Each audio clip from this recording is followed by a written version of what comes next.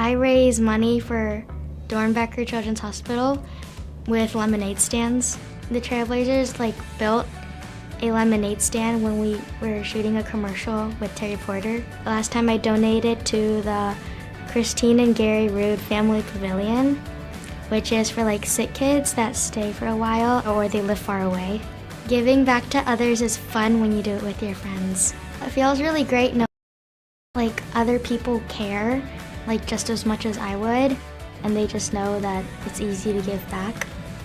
I had strep throat, and then I went to the hospital and they told me I had toxic shock syndrome. They're all nice and they're not overwhelming and scary. They just kind of treat you like a normal kid. 3 years later, I have no issues. I want to be a doctor when I grow up because I want to be able to help other sick kids in the future like how they help me. All around, I'd just say I'm very tough and I can just push through things that I think I can do. I am basically a normal kid. The only thing is I have spina bifida, and that does not stop me from being a normal kid. If you have something that is risky, like surgery, it can be very scary to go into a hospital. And the children's hospital is cool because you get to see all your favorite doctors and you get to be treated how you want to be. I like that they listen to me because they do whatever is most comfortable with me. I have accomplished being out of vision therapy and swim therapy. I play baseball, Miracle League. Basically, it's a program where you play baseball. It's for disabled people. I can do stuff that I want to do. Believe in yourself. Believe that you can do stuff. Changing children's health through children's hospitals isn't just about treating illness and trauma. It's about making the child and their family have everything they need to feel stable, comfortable, and prepared for what comes next. You can help change kids' health and change the future for all of us. Register at extra-life.org. I realized that I was different, that I was not like other kids. I had to get poked a whole lot. With diamond black vein anemia, there is only one cure, the bone marrow transplant. Finally found my match after 9 years of looking. I had finally been saved. Every single time that I've had a poke, prod, procedure, I've gotten a special bead. At the end of the day, you're raising money for kids like me so that we can play games and live a better life. Thank you from the bottom of my heart, and I just would like to encourage y'all to come back again.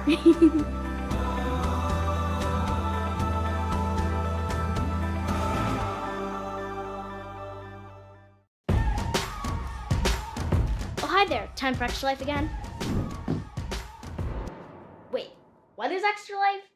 Seriously? Extra Life is a charity gaming fundraiser. We play games to raise money for local children's hospitals. Extra Lifers around the world have raised more than $100 million since 2008, and all because of people like you. So what are you waiting for? Donate to Extra Life to help kids like me. Thank you for supporting Extra Life and what all you do for all the children.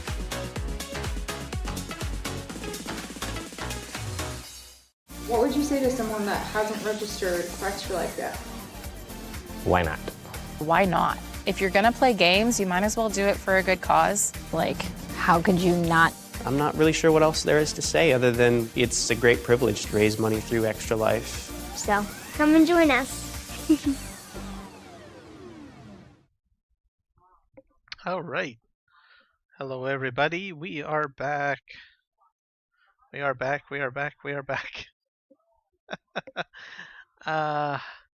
Just kind of scrambling to get everything together here. So just gotta get the game up and running, and I have to get the sources set, right? My microphone is at least set correctly, so that's good. So you guys can hear me chit chat. So hi Jess, welcome to the stream. This is an Extra Life stream, so please folks hit like on both of the streams. I posted links at the top of your chat, so you can go ahead and just click the link and just pop over and hit the like button. Um, it's just a simple request of mine so that we can get the stream out to more people. And by doing that, you're doing an awesome job at supporting Extra Life, because other people may consider donating if they see this live stream. So please hit that Extra Life, or sorry, that like button to support kids in children's hospitals. If you do want to donate, I do have a link in the description for the live stream that will take you to my page to place a donation. Um, I am trying to make $1,000 by the end of the year. We're up to about $400, so we're doing pretty good. Just got about probably $600 more to go to reach that goal. Your contribution in some situations could be tax deductible. So you can donate by credit card or a few different payment methods at the site. Even in some cases, your own local currencies, depending on where you may be. Just go to the website and hit the donate button, and you should be able to see the payment options. When you donate, it will actually send information to my page, and then thank you email will be sent to you, and you can perhaps, if your country and allows it, you may be able to claim it on your taxes, up to a certain amount of money depending on your region and everything like that. So also just to mention too, I have been following the Facebook page for Extra Life. If you're not a Facebook user, that's cool. I've gone ahead and taken a couple of posts down and posted them on my community page. So if you visit my community page, you'll be able to see where some of the money for Extra Life goes to. One is a post for a piece of medical equipment that was very expensive.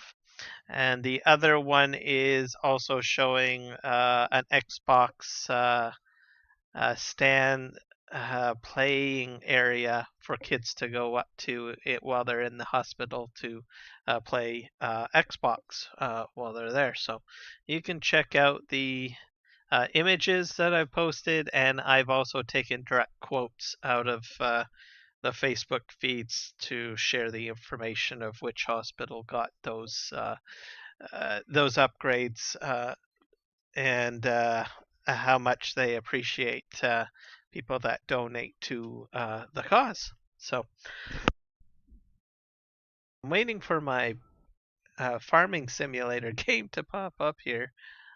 For some reason, I think I need to pause a download. I got a download going on. Probably, maybe I better put a pause on that. Let's see if we can get this going. It says it's running. Now let me just hit stop, and then I'll just try to get it to pop up. Maybe I'll launch it out of the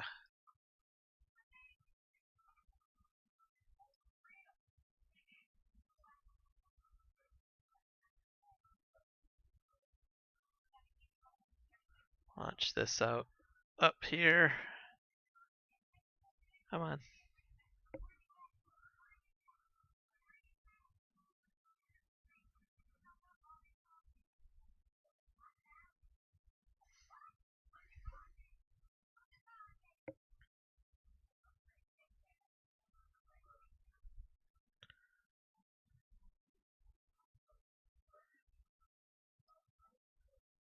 Alright, I think it's gotta give it a moment here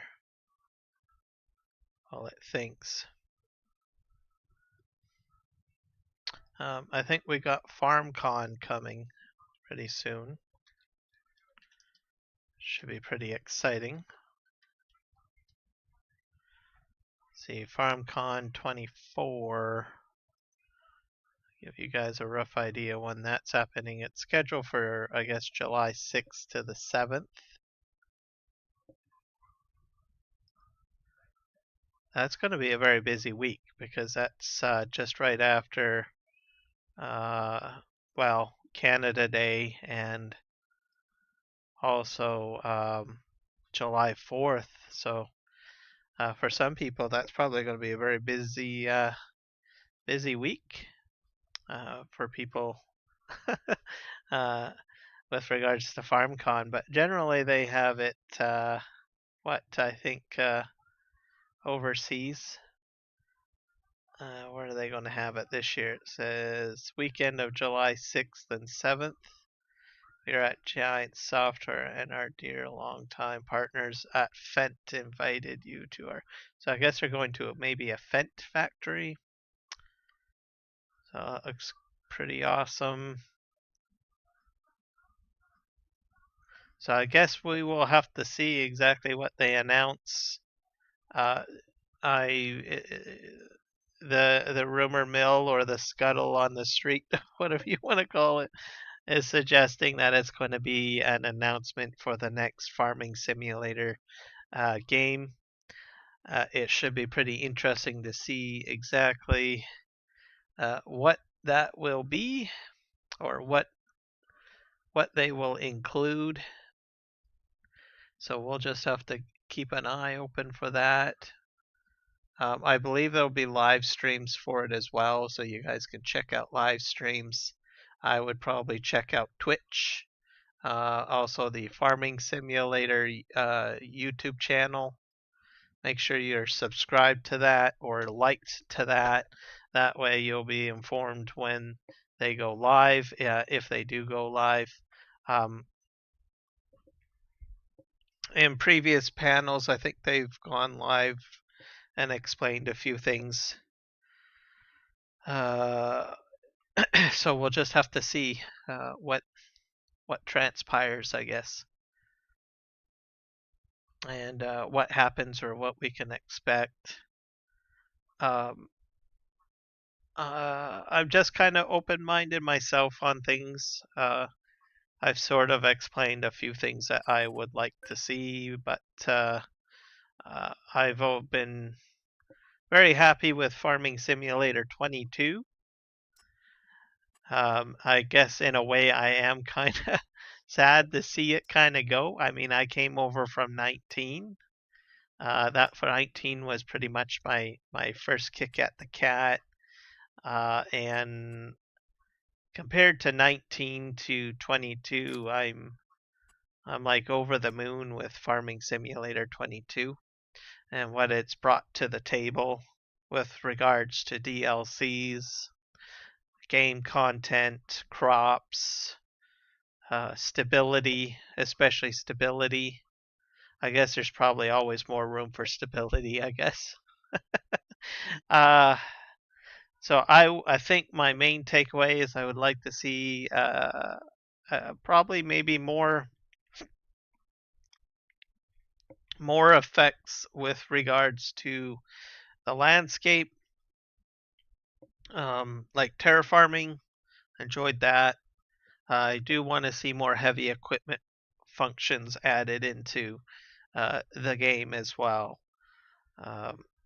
I know that there's construction simulator out there. I've never played it myself, but I know it's out there. But incorporating some of those ideas, I think, will be awesome. And obviously, we've seen with this edition of FS22, we know that we can kind of dig into the landscape. So if they can take that a step further, I would be over the moon with that. What else? More crops, always more crops. Everybody loves more crops. I do want them to continue on with more productions and taking that to another step or another level altogether if they can. Even if they just keep it at the current level, I'm even happy with that. But I definitely hope that they will continue to move forward with productions in some capacity. What else would I like to see? Of course, more maps. I'd like to see support for larger maps for console players. Myself, I like larger maps. Maybe let's shoot for 4x maps support if they can. I'm not a console player, so I'm not too familiar on the limitations and stuff like that, but maybe some of those console systems can support it. I don't know, but I think that would be great if they can push for that. Because we did bring in crossplay, and I think that was a great idea in Farming Simulator 22, and I'd like to see it advance even further. What else? GPS. I think GPS, without saying, would be a great addition to Farming Simulator 22 in some fashion. More improvements to the AI system, always more enhancements. One of the key things, and it doesn't really subtract from, how do you say it, auto drive or course play. My gut feeling is that the more functionality that they can put in for the AI, it'll allow auto drive and course play modders, both of them, Steven and I can't, Tasuka, I think is the guy from course play. I'm not saying his name right. I know Steven for sure is for auto drive. But anyways, the two guys that do both of those two mods, I've noticed over my gameplay and with course play and watching and reading the dev logs that they have on their GitHubs there, that the improvements have incorporated and utilized some of the AI worker functionality. So putting that bedrock in, as a metaphor, I guess, it gives those developers less work, right? It means that they can take their work to a different level if the foundation is already set, right? That's why we got terraforming in 22, because Giants had put the bedrock in to allow that modder to go ahead and create the terraforming mod. So, and that probably goes with a number of other mods out there too, that have been game changers throughout the life cycle of 22. So I think if they keep on putting in those functions in there, it would be great. One other one is the the production system. That right there. When they put that in 22, look at all of the cool mods that we got. That made it very very much easier for map developers, like even PV Canyon Crossing as an example, probably benefited hugely from the incorporation of productions and the scripting that was already put into the base game. So that means the modders that are working on those types of projects don't have to script it or create their own custom scripts. It's already base game. So it gives them a lot more flexibility in that regards. So those are pretty much my thoughts on it. Hello, James, the splendid Nugget. Welcome in. How are you doing today, sir? Oh, and there is one other item. I would like to see custom UI. Now, I mentioned this on my World of Warcraft stream yesterday, and I kind of demonstrated it from World of Warcraft. World of Warcraft is not the only game that has customized UIs. There is a boatload. SWORDTOR, which is Star Wars The Old Republic, as an example, has it. There's probably a boatload of other games that I can't think of off the top of my mind, but World of Warcraft, at least I'm fairly familiar with, and SWORDTOR, Star Wars The Old Republic, both of them have had customized UIs for years now. So having the ability to, and if you're watching my horizontal stream, you'll see that we have a few different things in here. We've got the weather way up at the top. What else do we got? We've got, if we're in a vehicle, we've got basically map in the lower left-hand corner. We've got the speedometer and the gear shifting all in the right. giving us the ability to move those attributes around would be great. As a well, for anyone that might be potentially using maybe a pedal and steering column and their in cab, it'll give them the ability to customize what things look like inside, move things around a little bit. As a content creator, we're moving into vertical live streams, folks. That's just the way it is. Um, that's just the direction that YouTube wants to go, right? So, giving us content, it'll give us content creators the ability to customize our overlays so that we can move more information into our live streams for those that are watching vertical. And I demonstrated that a little bit, I think, yesterday in my World of Warcraft stream. As you're looking at my vertical um, farm sims stream, I don't have the ability to put the speedometer or the weather in into the picture unless I zoom in and I have to shrink down the screen, which isn't really practical. So having the option to customize my overlay would help. There are OBS plugins that will allow me to do that, but the other factor is if I start using OBS plugins, that means extra sources and more stress on a computer system.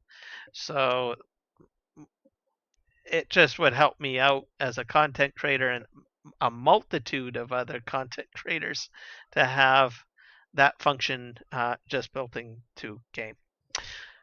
All right, that's all I have to say on that one. I am doing well, James. It's been a good day. I'm back on Farm Sim here.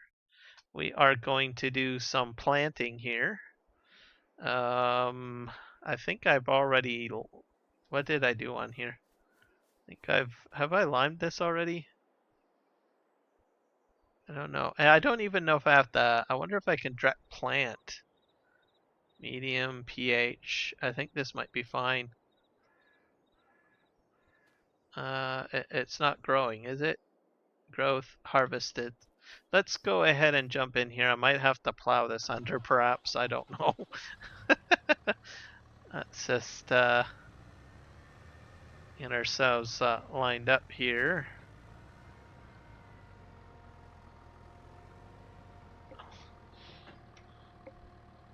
So, how's your farm sim adventures going? Anything new? James? Yeah, I need to hit a button here.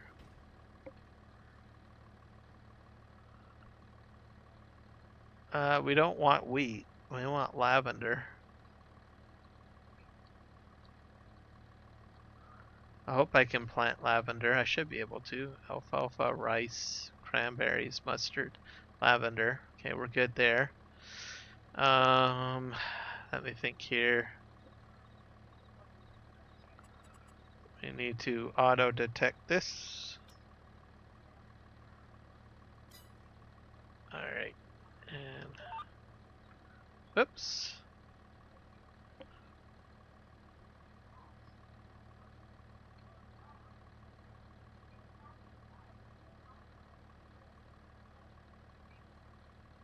I'll have to swing this around, I guess.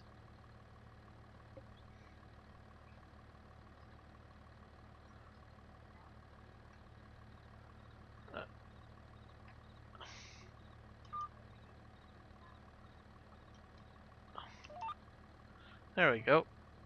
Let's just move that over a tad bit. Just melt that down. This fruit can't be planted in September. Oh, I thought I was already in. Oh, it's probably wheat that I can only plant, is it? Oh, I gotta wait a year. Ah!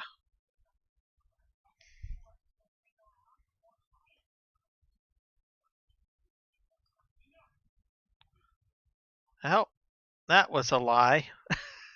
I advertised I was going to do lavender planting today. I must have gotten something confused. I tend to do that. Oh well. We're going to have to postpone planting.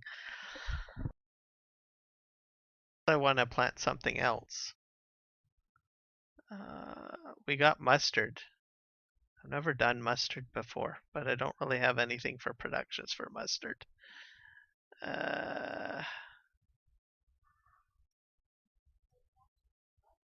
Peas, alfalfa. I wonder if I should plant some alfalfa. I don't know about that.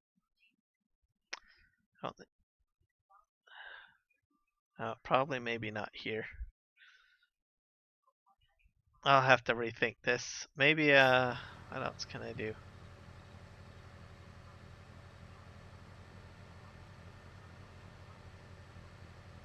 Okay, well, we can't do that. So we'll just have to postpone doing lavender till next year, I guess.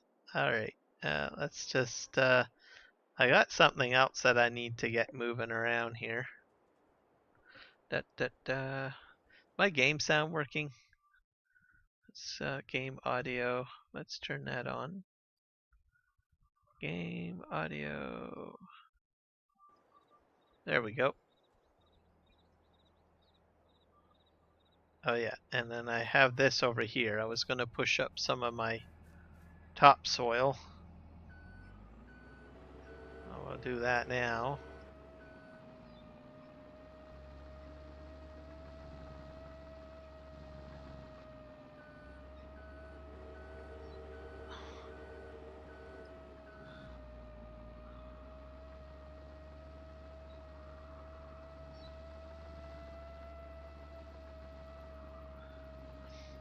Hello, Michael. Welcome.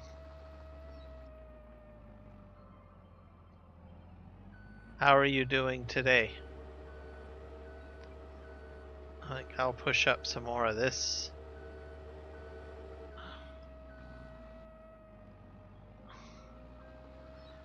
I honestly thought I was going to do some lavender today, but I guess not.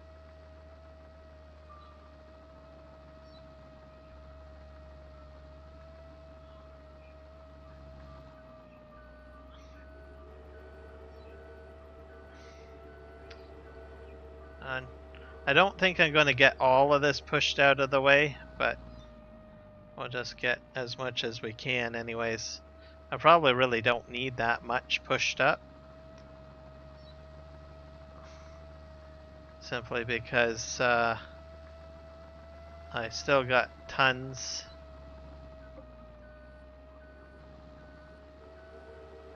Good morning. Oh, is it morning for you?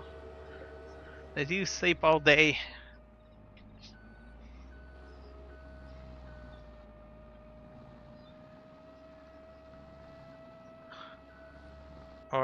Or is it like 12 midnight for you already? Maybe that could be it.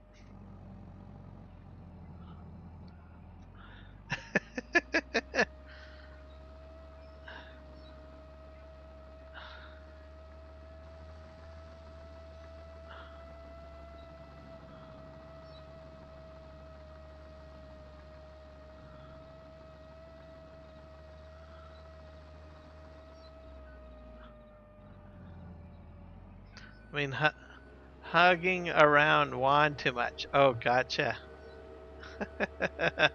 Oh, well, that's true because he always starts his truck streams all the time, or I mean his truck videos.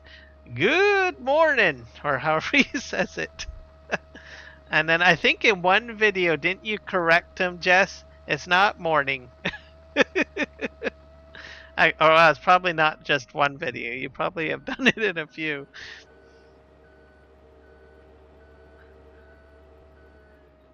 Yep, that's right. Oh, you do all that the time? I get a kick out of it. It adds good humor to it. Oh, gotcha. Well, definitely keep that one, because I get a chuckle out of it.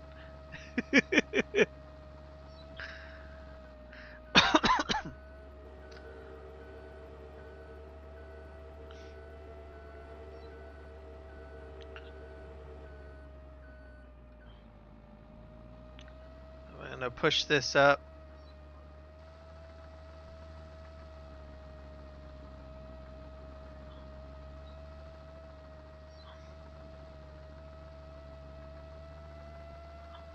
Basically on the edge of the roadway, really.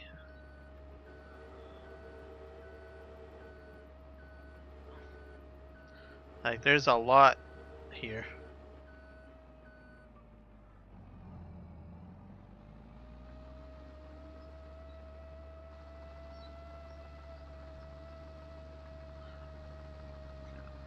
Yeah, probably. We're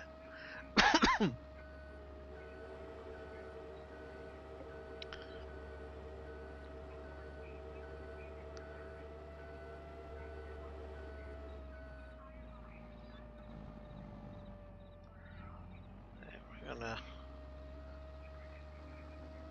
push this up. Not sure if I'm gonna.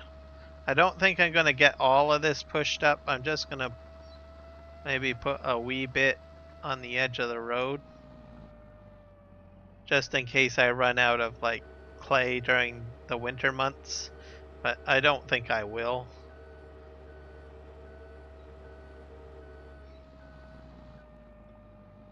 So I'm just gonna bulldoze it up.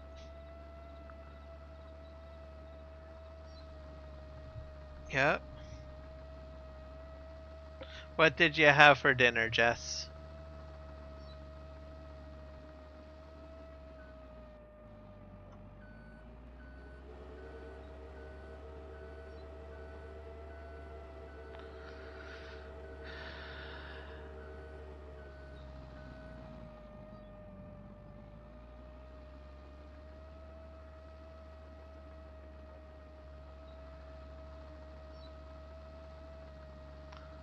Beer brat, pasta, and homemade coleslaw.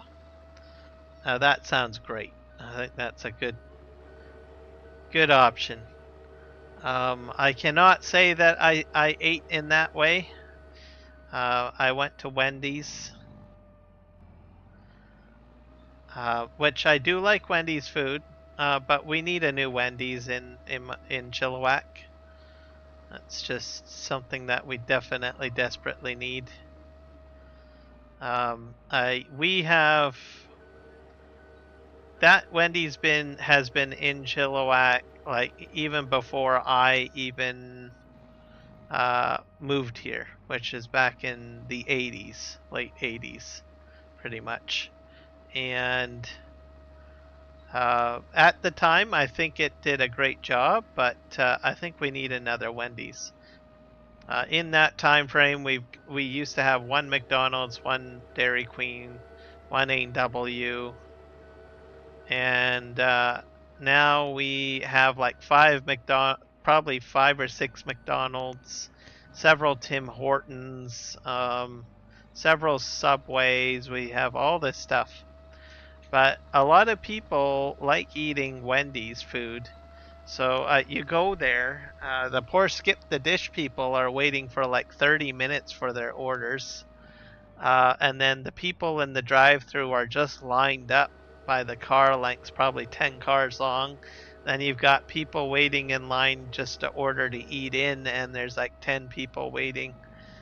So you're waiting at least 30 minutes to get your order, and every time I go there, it's like that. And I honestly think that Chilliwack could use another Wendy's. We've got 2 Dairy Queens. The only other restaurant that of fast food nature that doesn't have more than one is Burger King. But I'm not a big Burger King fan because I find that they put too much sauce on their burgers, so I'm kind of out on that, and the food isn't as fresh. Yeah, we definitely need it. We've got, like, when we move, I don't know what's the word. Our population is almost nearly 100,000. And we've got so many new buildings, apartment buildings being built. I mean, a lot of new apartment buildings being built. So I can easily see that we're going to probably be maybe up to about 150 to 200,000 by the time those buildings are done. So, and more real estate's happening. So it's a boom town for real estate. And I honestly feel that they need to compensate for that. At the very least, what I would really like is to see a Costco, but I don't think that's going to happen. So I'll settle for a Wendy's. They can at least give me an extra Wendy's to go to. So I guess we'll have to see.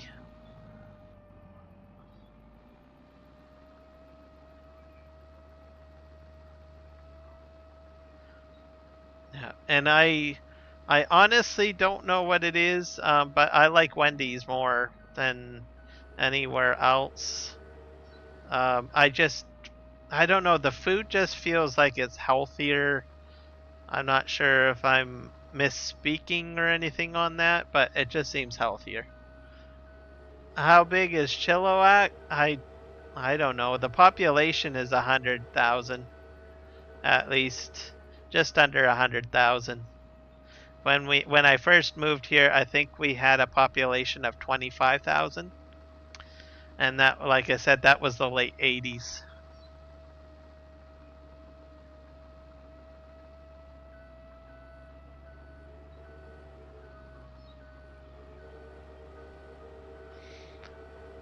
That's true, but then am I wanting to spend money for gas to drive all the way out to Abbotsford? Not really. So I would rather have one that's local. I think honestly they could probably do it. There's people from Hope that have to drive to that used to drive to Costco. Hope is blown up too. It's double its size. Agassiz has doubled its size as well. Harrison has pretty much doubled its size. So then all those populations have doubled its size. So putting a Costco in Chilliwack could easily, do quite well. And Abbotsford continues to grow on its own. So.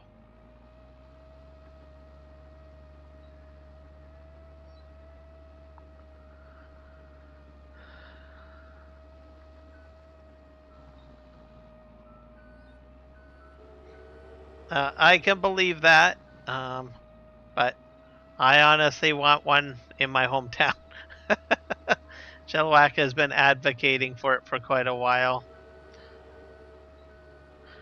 Most people actually will come to Chilliwack more now from those other rural communities, even as far as like Boston Bar.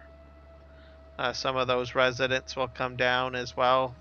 The small communities in the canyon.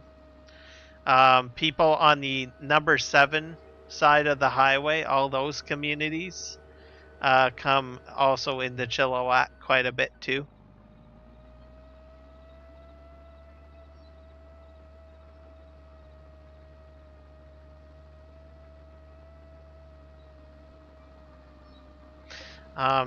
The other reason they don't really want to go into Abbotsford is the congestion, because the corridor between Watcombe and number 3 road is all generally pretty busy, especially during the times that most people want to go shopping, because that's usually the more commuter time frames. Okay, I think I'm doing a pretty good job at pushing most of this up. And I think we'll leave that for now. I got a good chunk of that done. Okay, this is the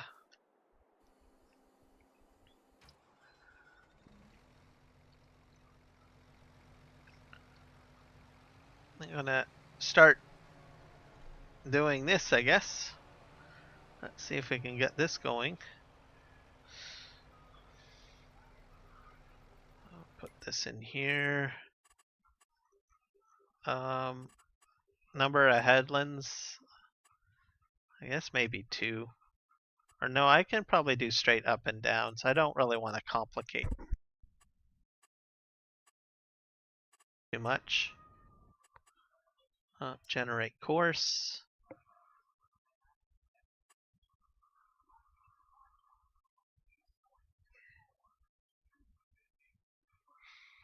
I'm not sure if we double or triple during the summer, but I know that we do get a lot of people that come in from Vancouver to stay up at Cultus Lake and Chilliwack Lake. So to the point that the people that actually live up there get a little upset because they have to drive through the stupid traffic, and it takes them about 3 hours just to get to their home when they just work in Vedder Crossing. So and it's been that way for years. Mind you, it's a bit better, but it's still bad. Let's close that out. And we will start job, I guess. Oh, is that truck guy driving? Oh, that's cool.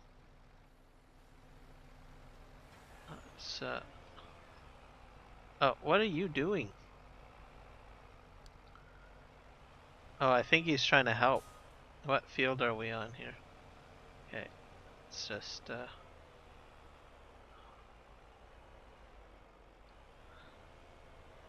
I think we are on field 46, I guess. I'll switch this to 46.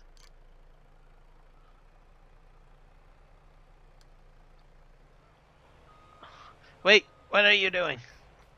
What are you doing, buddy? We need to set that to first waypoint. There we go. And then we're going to set this guy to helping. Let's just do a ride along. I guess he's going to have to stick with that combine. Let's see what happens.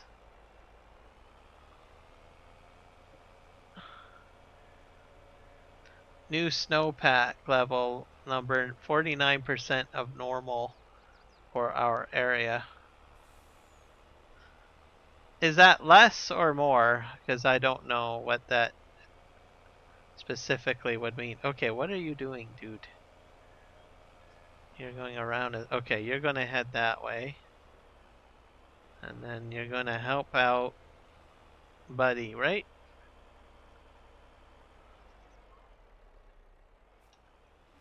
Oh. Oh, you're doing something. What are you doing? Okay. I've never actually done course play with this vegetable harvester.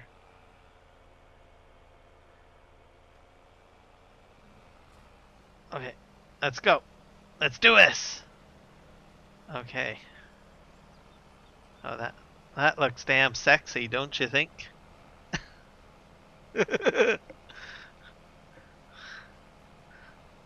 So it is saying instead of being 100%, it is down to 49%. So 51% less snow than there should be this time of year. So that means, that explains why we have a water ban already. Isn't this sexy? I mean, look at this. This is running beautiful.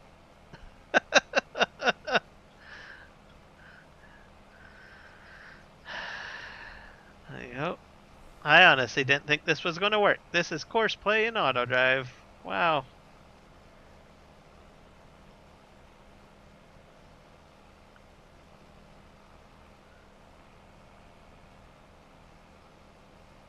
Our Fraser Valley is at 63%. You have more than we do. Yeah, that's very true.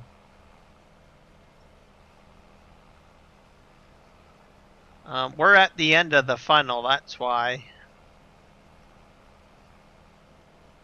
This is doing quite well. Alright, so he's doing his thing. And, just go over here.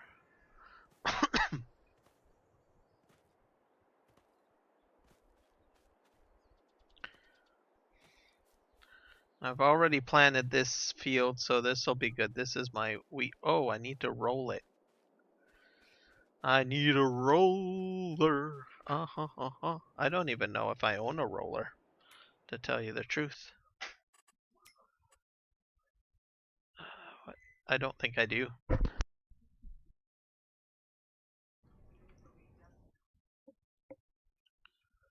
Yeah, I don't. Oh, wait, I do have a roller. I have this big behemoth thing. Okay, what we need. So we do need to get our roller out.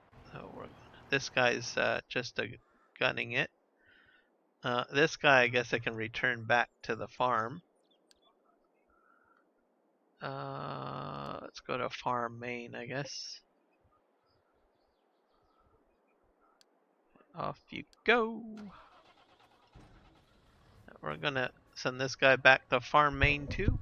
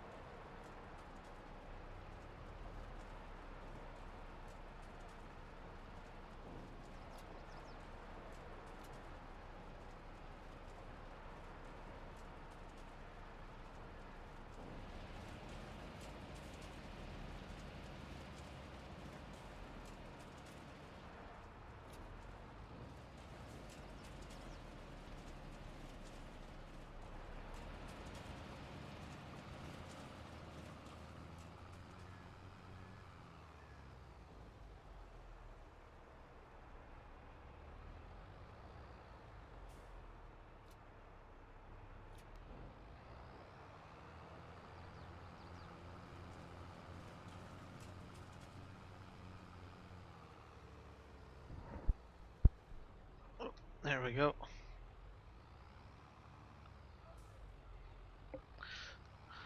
So we're up to 35 crashes. I guess I should mention that and give you guys an update. Some of them are from dumb deaths from World of Warcraft. I died a few times in World of Warcraft that I thought were really bonehead maneuvers.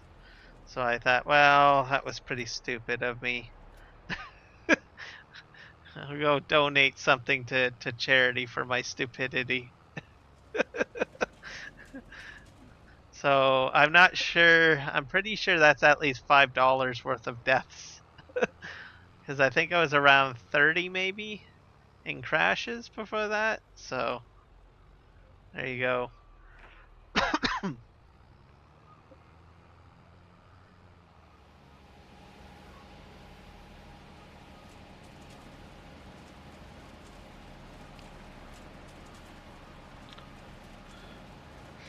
So it seems the sentiment is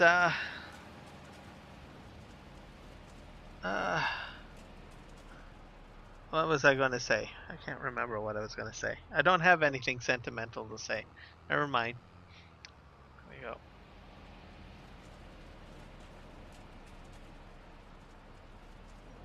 There we go. Put that in there.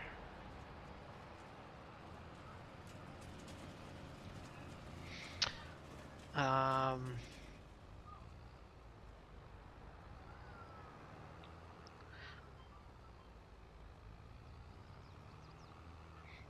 so for the channel, I think I'm going to do a combination of Farm Sim and World of Warcraft for a wee while, I guess.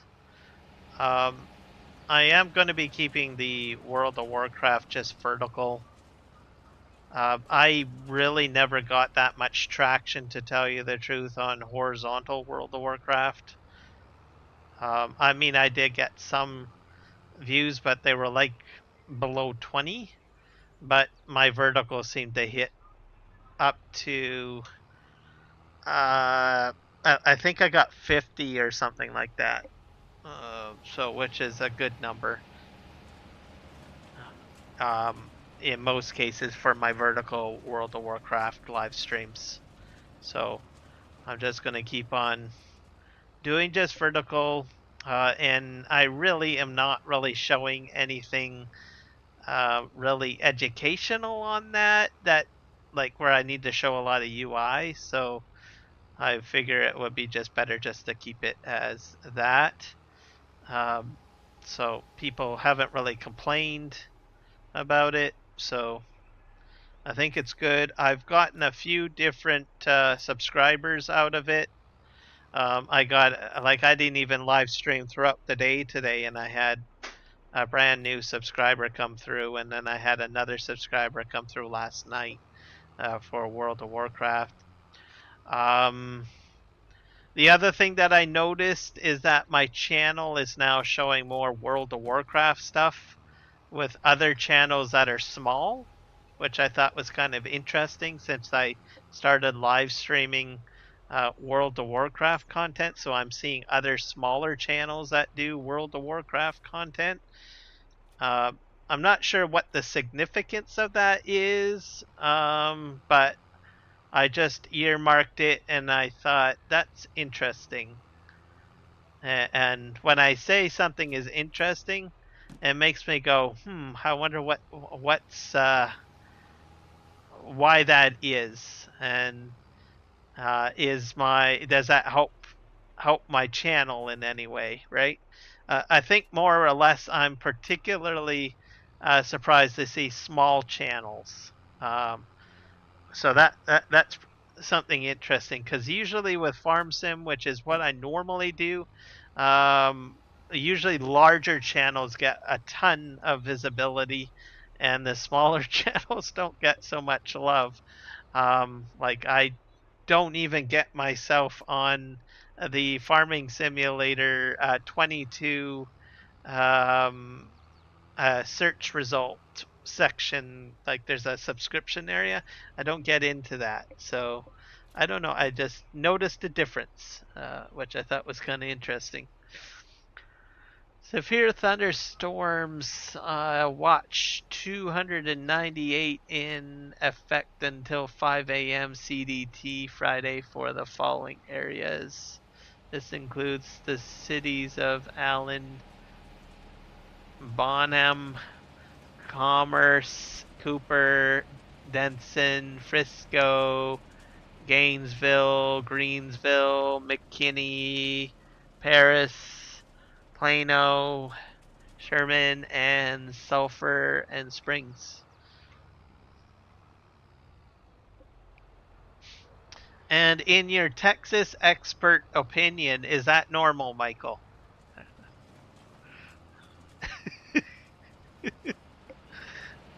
Okay, let's see if I got some gold over here.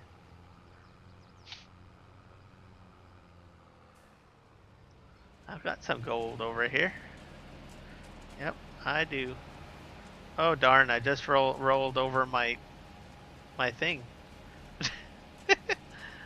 uh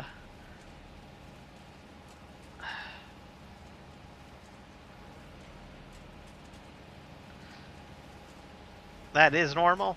Okay.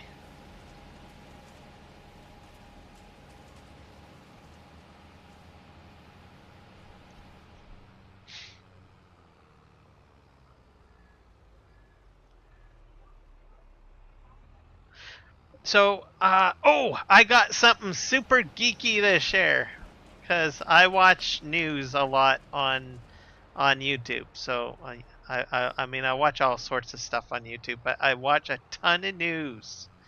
Okay.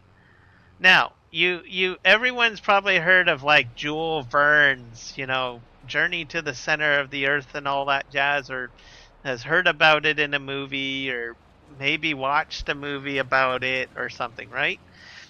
Well, there was a news broadcast that had indicated that apparently underneath the surface of the earth, in some areas, there is an entire ocean of water. And I thought that was freaking cool when I heard that. I saw that on the World is One news network. Um, and I was like, okay, this is kind of interesting. So then I started thinking, what other creatures are down there? And then I started thinking, right, what popped in my head was Jules Verne's and the journey to the center of the earth and the fact that there's habitats under there and there was all this plant growth down there and stuff. And I started thinking, I was like, well, maybe that guy was right all along. Maybe it isn't like make believe his storybooks and stuff like that. And I thought, what do we actually really know about this planet? I mean, we put so much focus. Oh well, we need to go to outer space, right, and all this jazz. But yet, there's so many wonders on this planet that we still don't even know everything. We think we know everything, but we don't. Now I start to wonder, like, what's under Antarctica, because they seem to be so hush hush on that one. They talk about it, but I think there's probably a lot more that they could talk about on that. Oh, those look like bagels. Anyone want a bagel? Right on. Bagels, everybody. Let's just spin around here. And we're gonna go ahead and collect this. This is bread, by the way.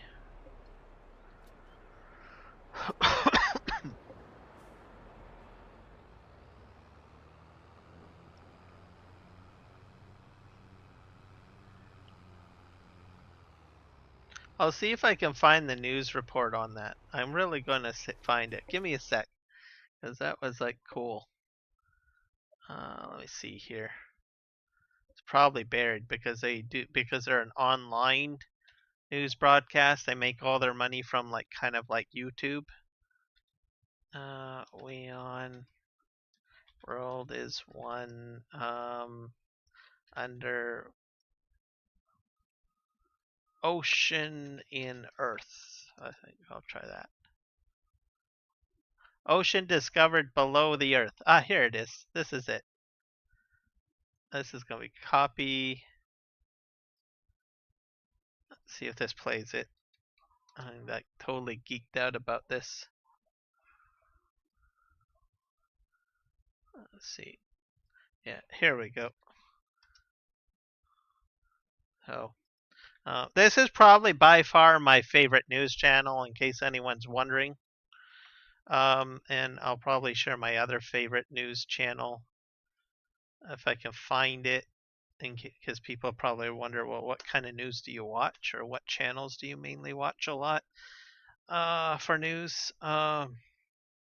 What's the other one that I watch?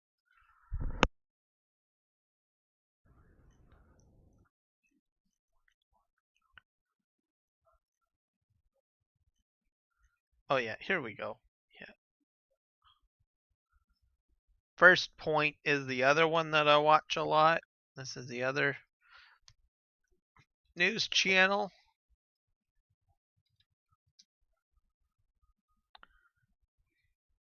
I probably watch these news channels a lot more than probably maybe my own Canadian news. So I always get a kick out of that.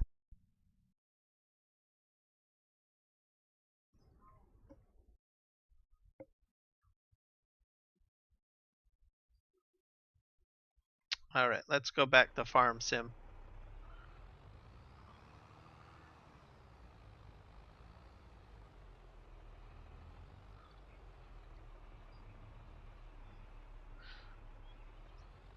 But yeah, Jules Verne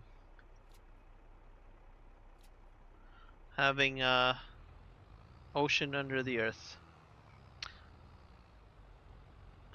Maybe being here, you can learn a lot more city names in Texas. That is very true.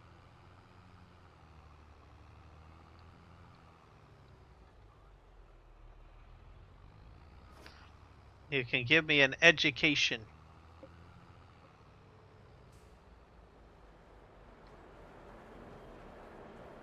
Okay, I think that took that in. That was pretty cool.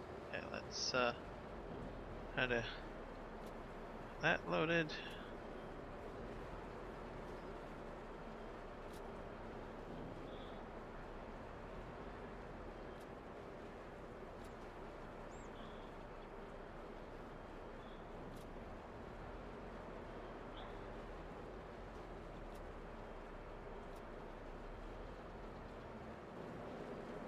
All right.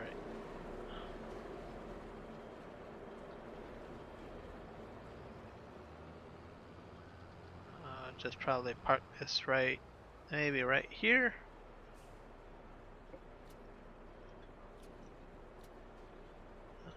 Alright, and we're gonna go over to the preserves factory. Alright, have a good night, Michael. We'll see you in the next one. Da da da da da da da da da da.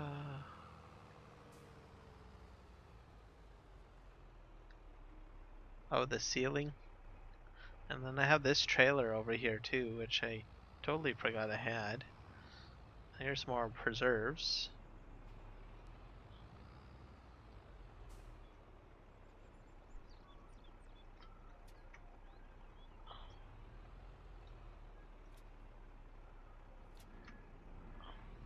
I'm not sure if my potato soup factory's pumping anything. I honestly starting to think that my first factory was the best.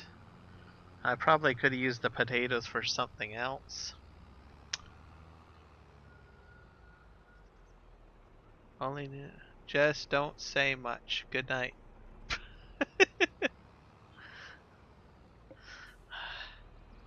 Jess, you've been put on notice. You're not allowed to speak anymore, I guess. Michael has said so. Okay,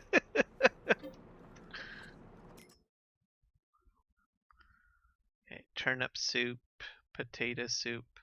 This is a soup factory. I think this probably takes a while. So it can hold up to about 45,000. So interesting. It's a lot of soup. It's gonna take a while for it to spit out the soup, so we'll have to wait. Definitely a different production. You can definitely see why people might not use that production as much and prefer the preserved one more. But oh well, we'll just let it chomp along, I guess. We're going to basically head over here. I think we're going to try selling some firewood. So I'm going to probably get the firewood thing going, which is way over here.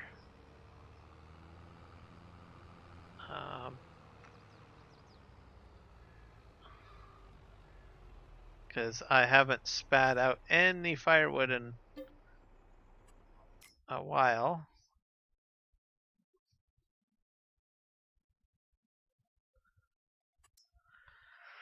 Let's go. Firewood will just activate it. I got about 29,000 liters of wood in there, so that's about a quarter.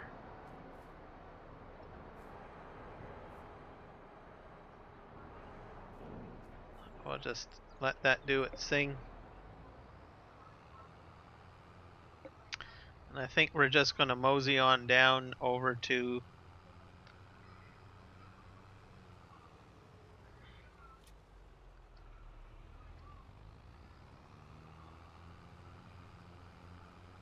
over here.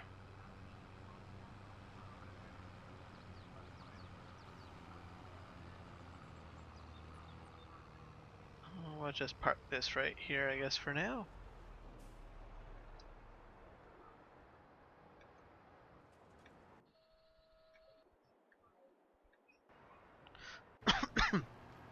This guy's doing quite great.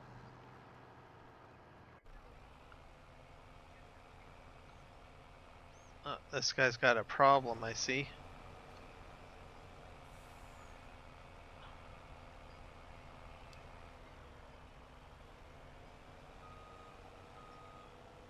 I don't like what happened here. One bit. Okay, let's just back this guy up.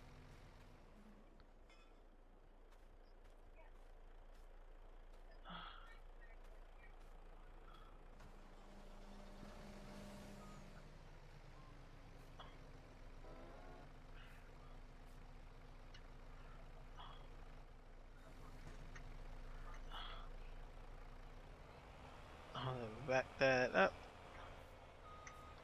I guess auto drive isn't the smoothest with vegetable crops.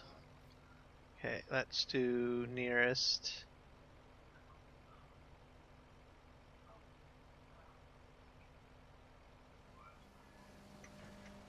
And then we'll put this guy. I'll see if we can. I'll just do a pass with him. See how well this goes.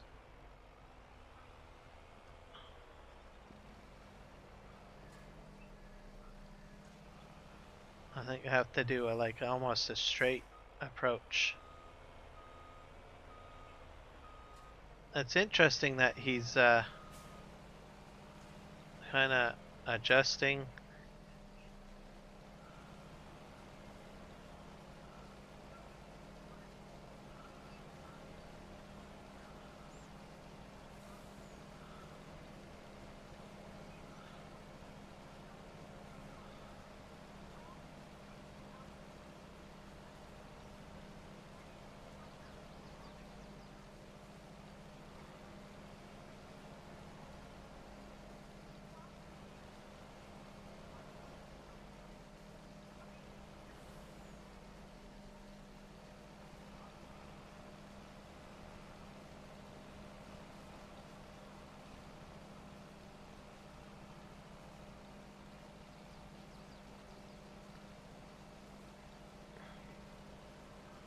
So this crop is going to take a while, I think. A very long time to do all the parsnips. I'm probably going to have excess parsnips, which will be good. And then I'm not sure, it's probably going to have to go to my soup factory. That'll be interesting, to tell you the truth.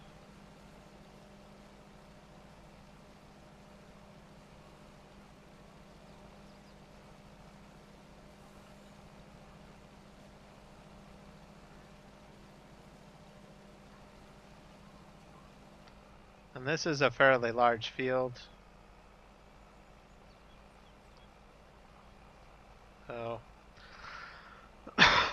I'm going to have a lot of parsnips to sell. So this probably will get me a lot of money for not only just, I don't think mainly from just doing the field itself.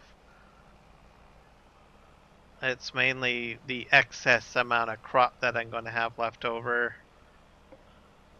as I think is what's really going to make a difference.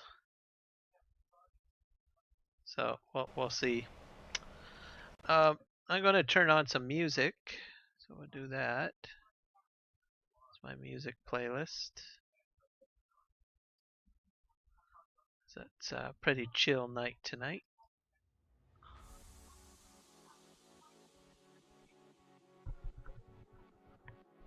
There we go. Oh, I'll have to spin around. I think I gotta do.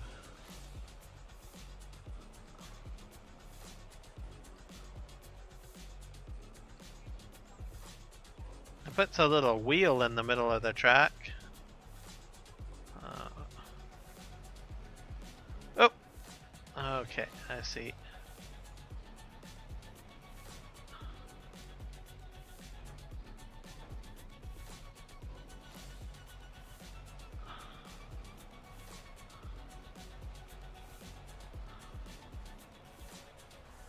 I'm gonna have to pull it out of the way, I guess. This is very interesting.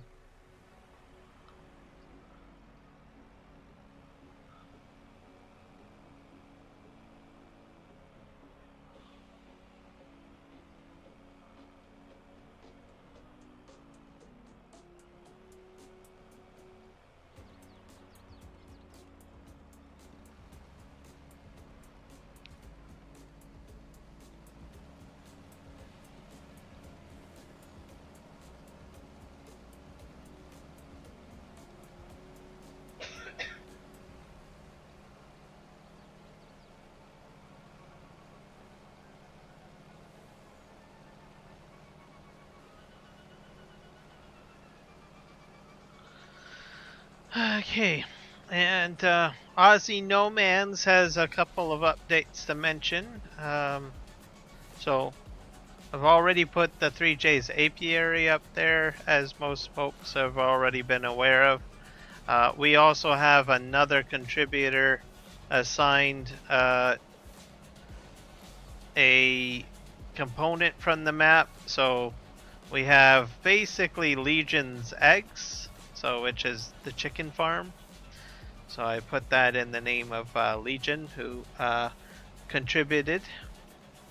So we'll continue to expand and get the names of contributors behind components of the farm over there in no time.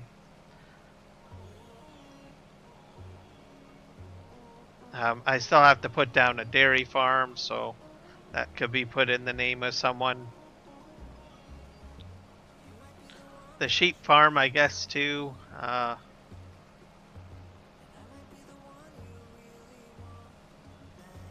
All sorts of stuff that I can probably do over there.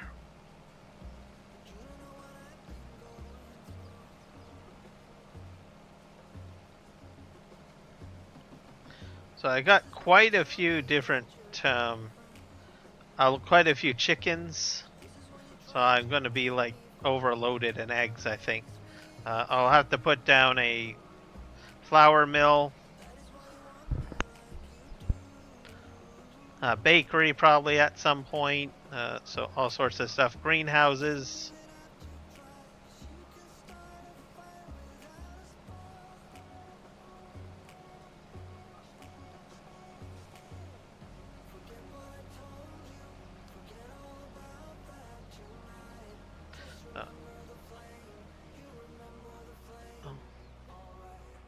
This guy, I decided to put him on there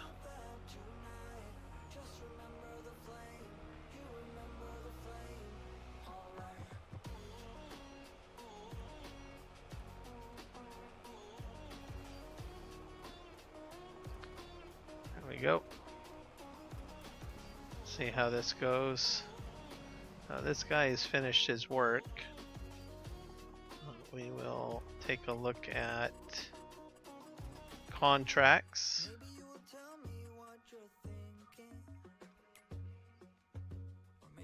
I have some cultivating contracts to do, so this plowing one is done. collect.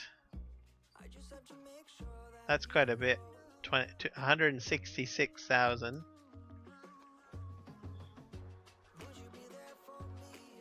Hopefully it'll come through. Nice. Okay. We need to go to field 13 or 27. 13 or 27, huh?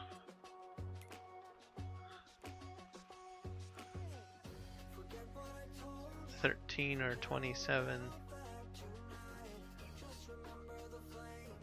So that's 27. 13 might be down here somewhere. Let's just maybe the where's field 13?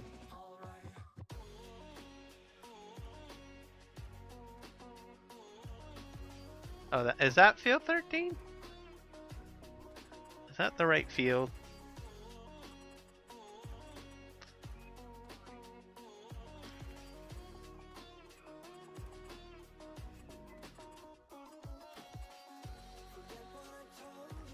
Field 13 or 27.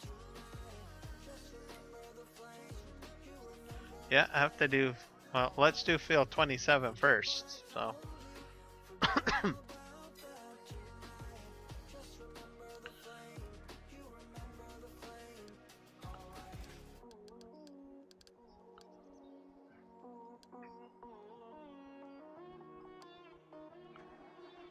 Alright, we'll get him on his way. We have all sorts of stuff here returning to the farm.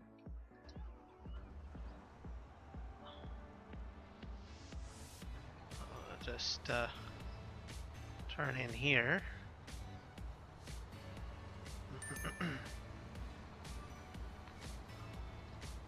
Now this guy will have to be washed down, I think.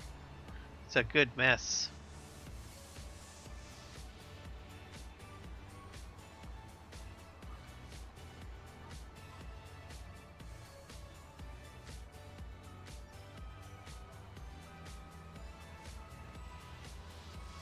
So, yeah, let's see here.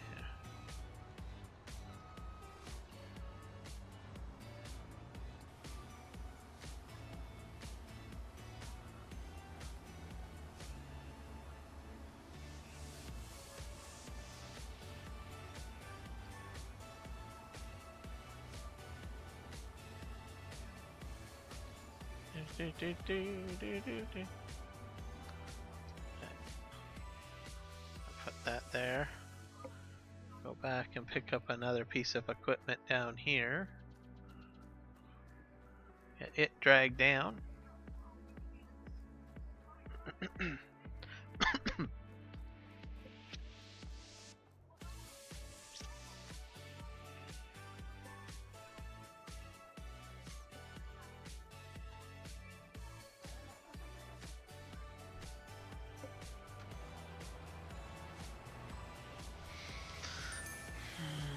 See, and then next month, let me think. I'm taking a break from Extra Life next month.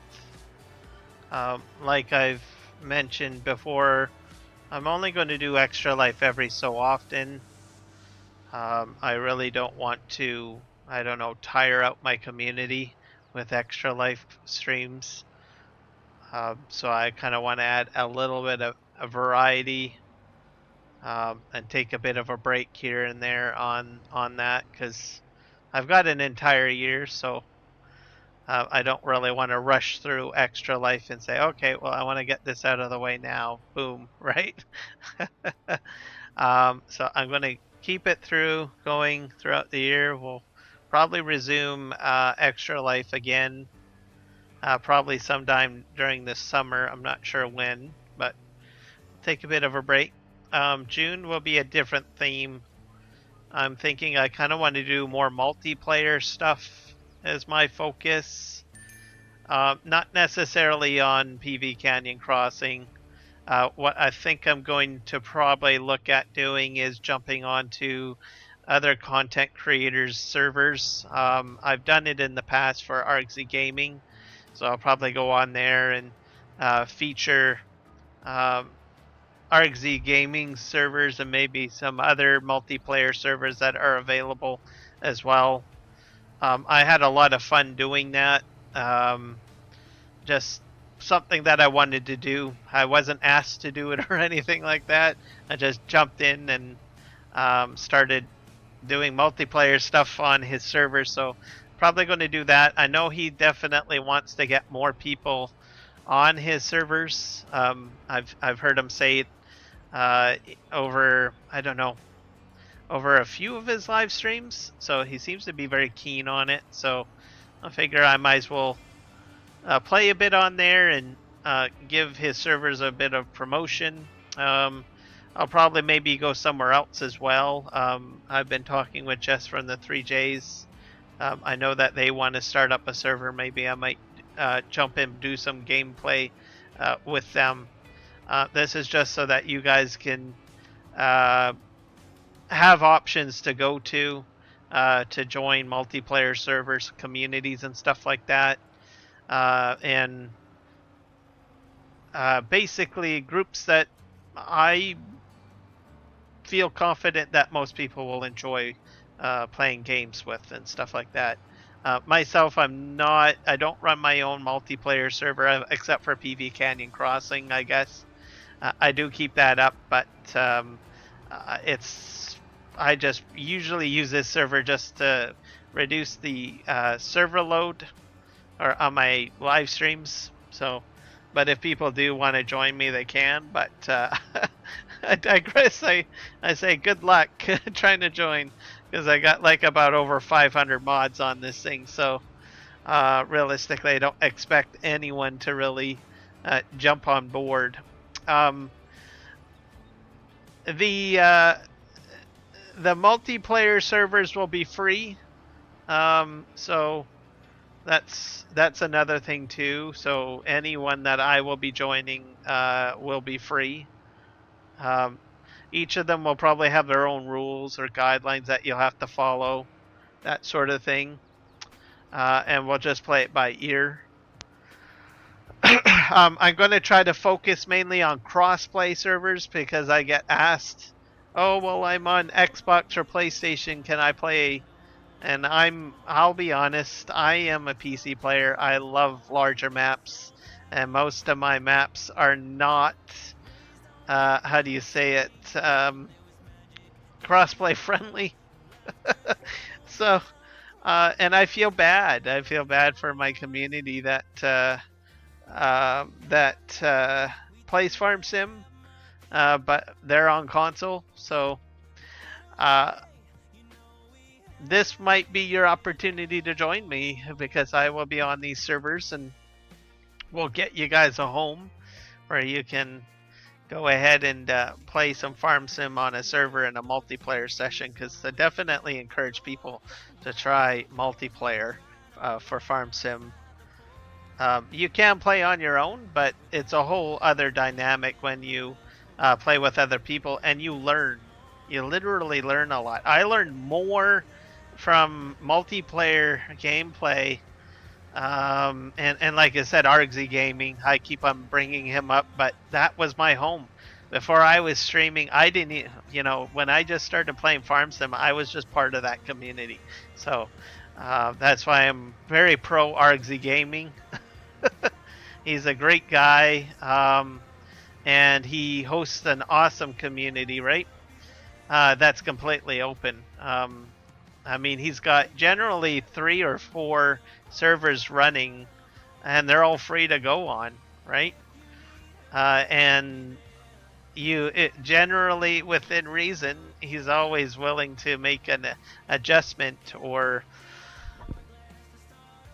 view to mods and map, so you kind of have a bit of a say when you're playing on some of those servers within reason, of course.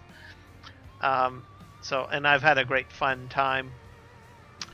So that's sort of what I'm going to do. I might look at seeing what options are with the Farm Sim guy, because I've honestly never jumped on his servers either, so that might be another option too. I think he has at least one free server maybe kicking around that I might be able to jump on and mention. So a different crew of people. Most of his servers you do have to be subscribed to, I think. But I'm pretty sure he has at least one server that might be free. I'll be looking at that as well. Maybe some other content creators as well. Just explore around who's got free stuff. The Farm Sim Freak too, I think, has a free server. I might look to see if I might be able to do some multiplayer stuff. I can't recall who's got crossplay servers, so I'm going to be mainly focusing on crossplay. I can, anyways. I do have a lot of PC players that watch me farm sim as well, so either way, it's going to be a win-win for anyone that does that. I think I can harvest my peaches, to tell you the truth. Go ahead and do that. So I'm not sure how it's all going to play out. These are just rough ideas of my brain, so we'll have to just see where we go with it all.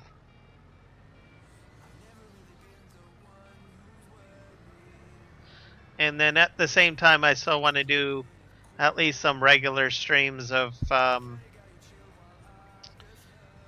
what do you call it? PV Canyon Crossing and Aussie No Man's. So let's see if I can turn this on. And I'm not sure if I can harvest these yet. I should probably put in a much larger orchard. What's this? Needs plowing. Oh, it's still growing. Alright, oh, that's done.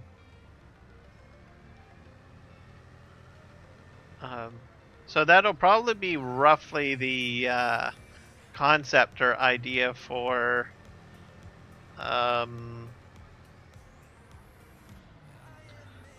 June, I guess. Yeah.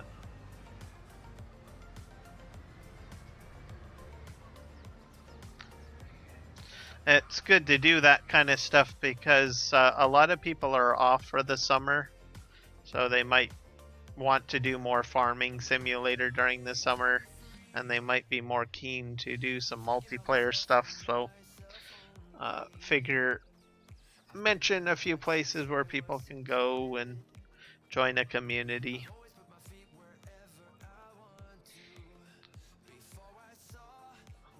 One day I might decide to do the same, but I don't run my own Discord.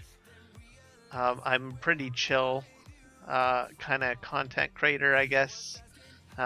So I don't usually do everything that everybody else does. I'm kind of shocked that I've actually got the following that I got for what I do. But you never know. That could change down the road. Who knows? Maybe I might just go full on crazy and have a Discord channel with multiple farm sim servers running and stuff like that. I don't know. But I kind of like how I do things. It's a bit more flexible because I always have these different projects that pop up in my mind that I want to do. So I'm not a content creator that likes to get locked into one specific thing. If I see something new, I want to do it right away and just jump on board with it, right? So I like to have at least not a full solid schedule. I like to try things. So if I feel like I want to do a video, I'll do a video. If I want to do a new map, I'll do a new map. If I want to do extra life stuff, I'll do extra life stuff. If I want to do multiplayer stuff, I'll do multiplayer stuff. World of Warcraft, for that matter.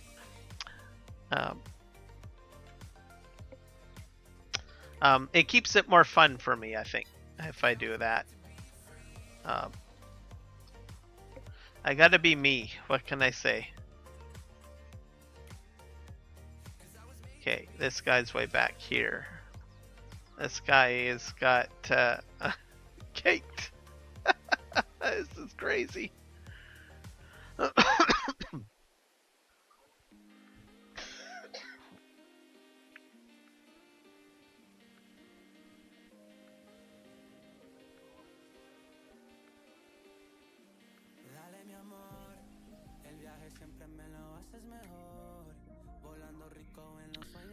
It's 20. I think he's supposed to go to field 27, I'm pretty sure.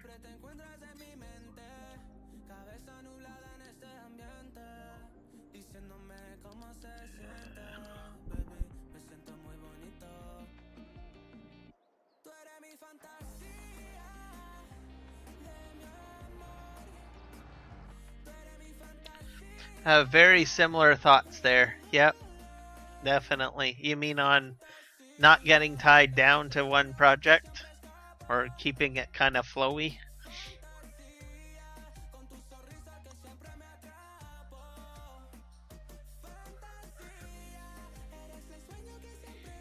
Yeah, I think you gotta do it that way, because you'll get burnout.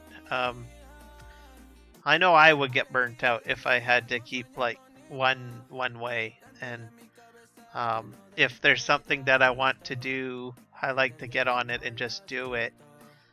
And I'll just be like that guy on clenching the armrests of his chair, just wanting to jump on doing something.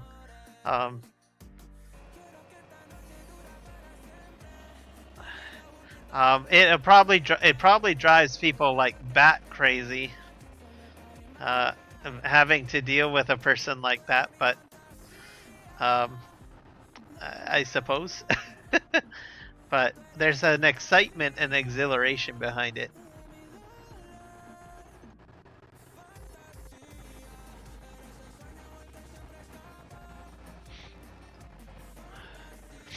Yeah, I saw that video. I don't think he's the only one. I've seen a lot of stuff like that.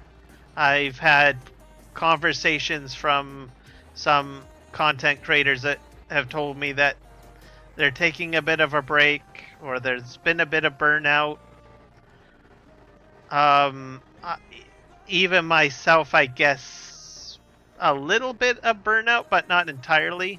But I still got the momentum because I add new stuff in, right? Or I adjust things to the way I want to do things. And content creators, should not feel that they're obligated to stick to a project consistently. They should have a bit of ability to say, okay, well, I'm not feeling very thrilling about this. I need to make some changes and just go with that gut to do that. Yep, a little bit there. Yep. So you jumped over to V Rising. Yep. Same with Juan. I jumped over to doing some World of Warcraft, which is good because what it does in more of a mindset is that you're creating new neural pathways in your brain because you're doing something different, right? And when you create new neural pathways in your brain, it just kind of refreshes you.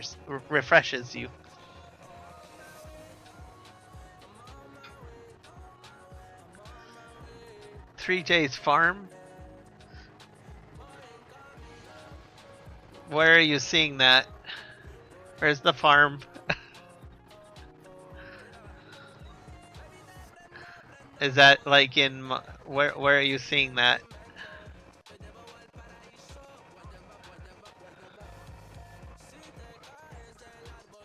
Did I spell something wrong? Or say something wrong?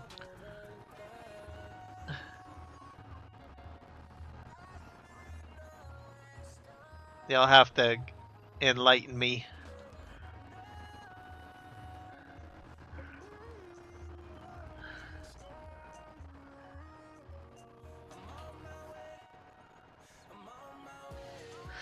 Oh, so therefore...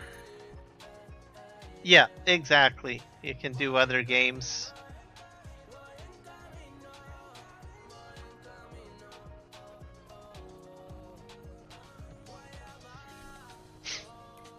Well, that's exactly true.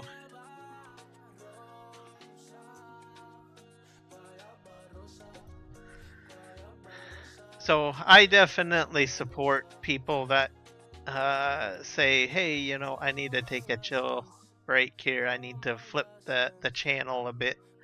I don't think a content creator will ever stop, you know, hard turkey on certain things.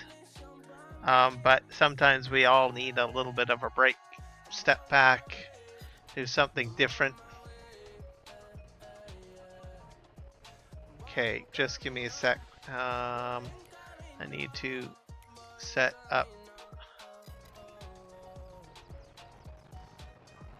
this guy on course play.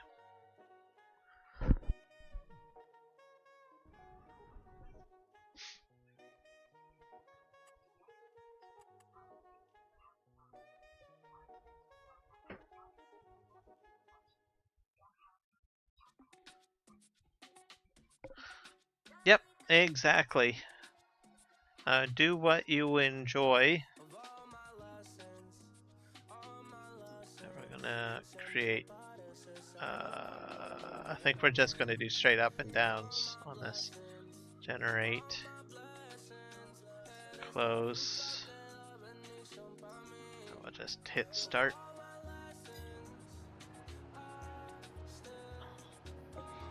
How?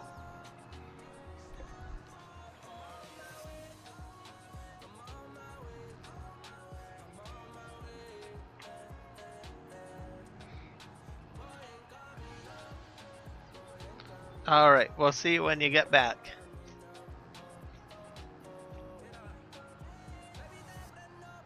Yeah.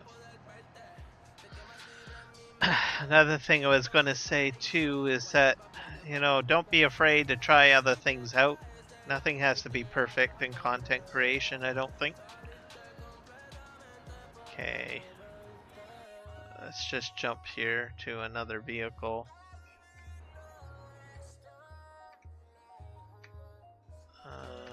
I'll jump here.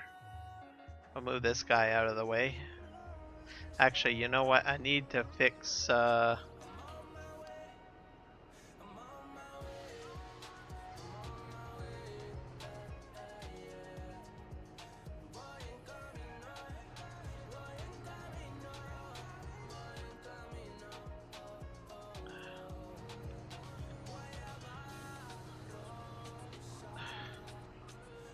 just going to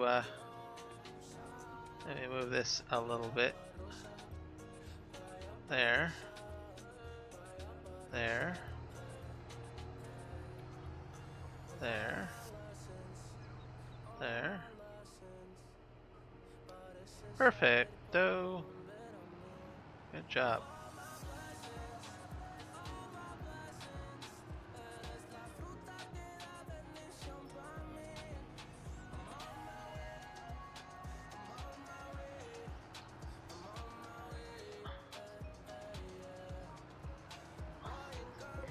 I needed this down here for my roller, I believe. Now we're gonna go fishing for my roller. Yeah, we'll go in here.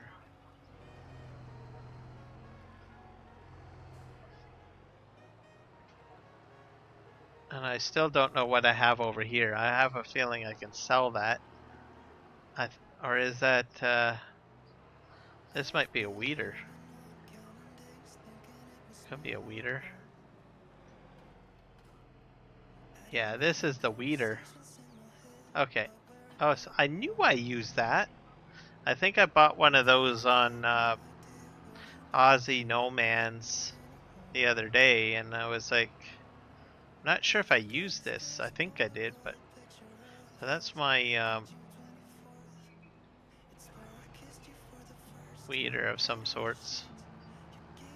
I'm just gonna drive out here. These doors open automatically. There we go. That's kind of cool. I honestly don't know what mod does that. I think it's a PV Canyon Crossing thing. I need to check my Discord because I posted a question about the vegetable harvest in the SGA Discord because I'm not sure where the soup factory is.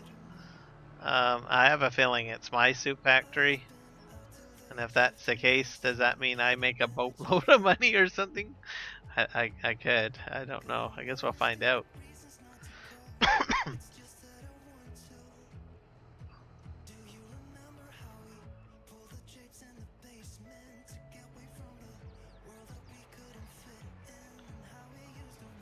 Okay, we are rolling.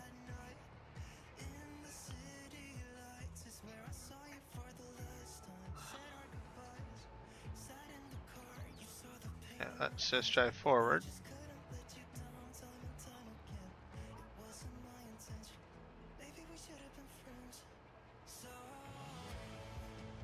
Go ahead and roll all of this. And this is my wheat field. I almost forgot about rolling this.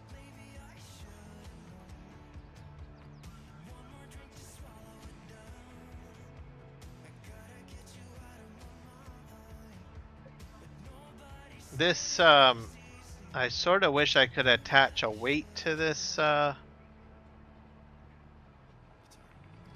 this roller, because I noticed that it seems to slide everywhere a lot, quite easily.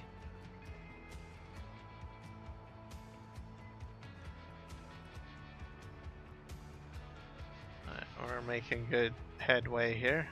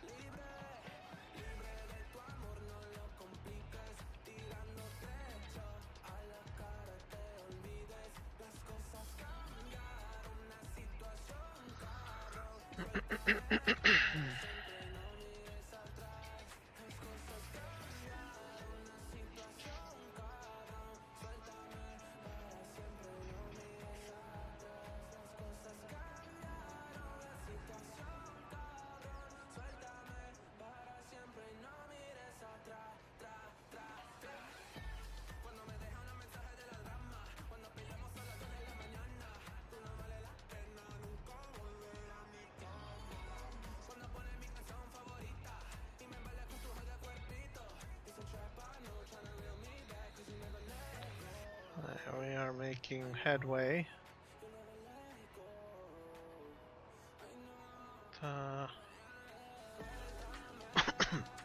Rolling.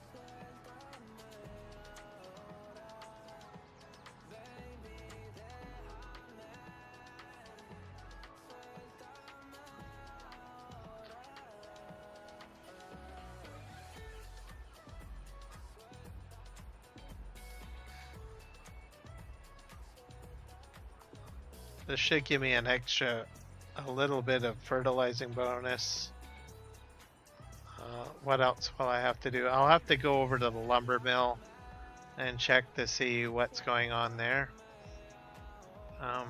This game year, I think, just feels a little longer than normal.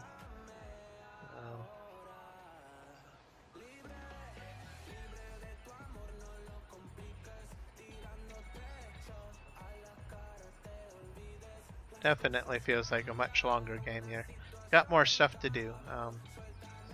Like I said, I'll probably need to add some different equipment in.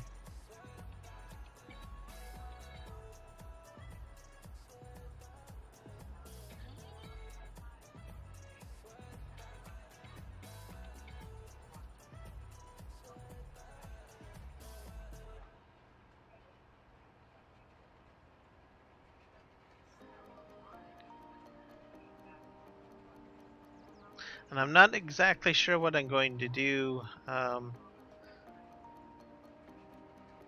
when the next farm sim game comes out, if I'm going to continue on this map or what's going to happen. I don't know. I'm kind of at a loss. This is my first kick at the can with a PV Canyon crossing map. We'll see where we go to. I might, and when I start another PV Canyon crossing map for the next game, I'll have to rethink things.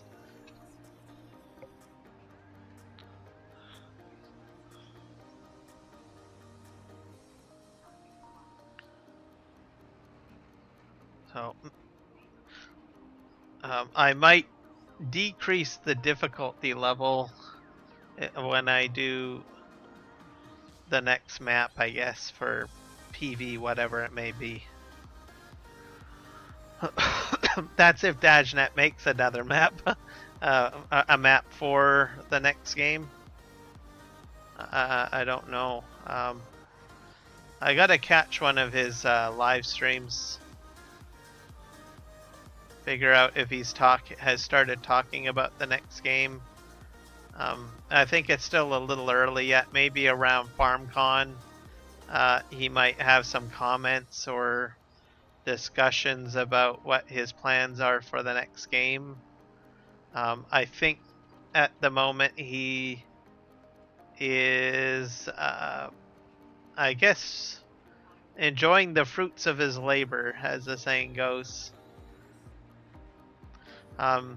There's still content patches that go out, but it's just like for performance reasons, you know, optimization, you know, making sure that things are running smoothly with the existing mods and stuff like that.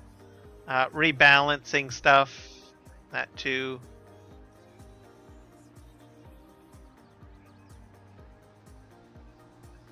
Alright, I'm gonna switch around here.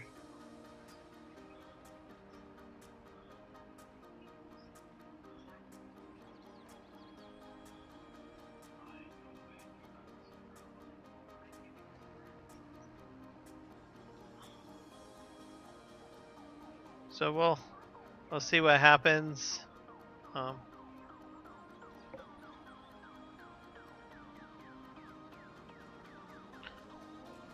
But difficulty mode, I think I might adjust.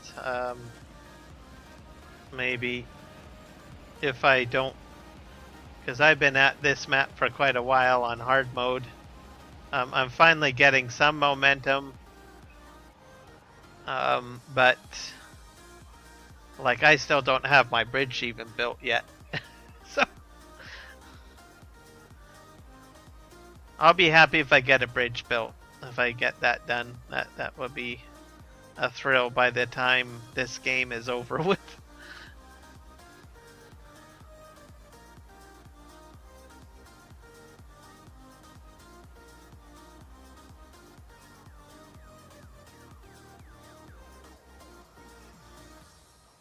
But I definitely think that this is definitely a multiplayer kind of game or map, unless you do a lot of cheating. But I think even people that, you know, do cheating can find it a bit hefty.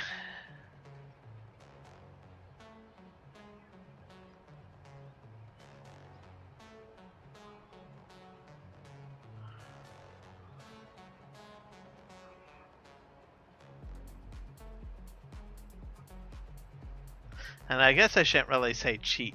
I don't like saying that word. It makes a person sound like that they're a villain. They use I don't know, unrealistic mods essentially to help them play the game a little quicker or get things done a little quicker, I guess is it. I don't want to villainize anyone. Cheating is just like got such a bad connotation to it.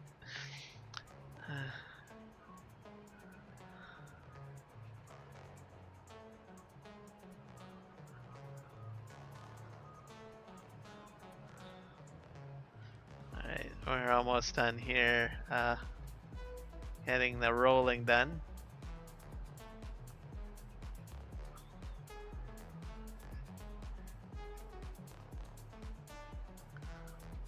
And I think we got a problem with our harvest, as something says it needs unloading. I have a feeling I might have to babysit that maybe a little bit. It's the first time I've used Courseplay with a vegetable harvester, and it's doing straight up and downs, but oh well, it is what it is.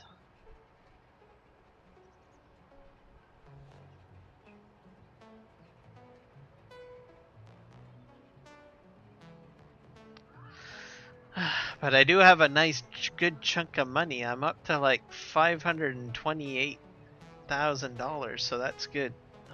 That'll help me buy or upgrade my vegetable equipment. Okay, I think we're done over here. We're just gonna fold up and skedaddle.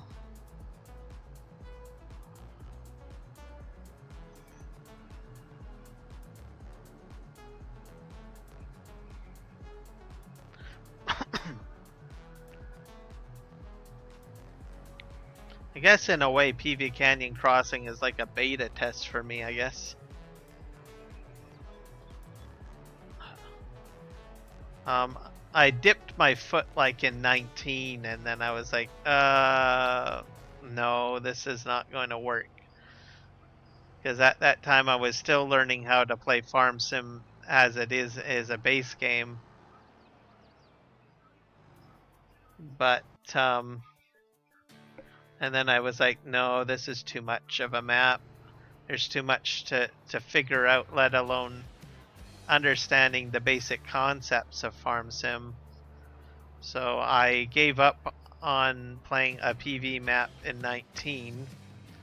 And then I said, when 22 came out, I focused my early gameplay of FS22 on mastering how to play Farm Sim, and then I said, okay, I can do a PV map.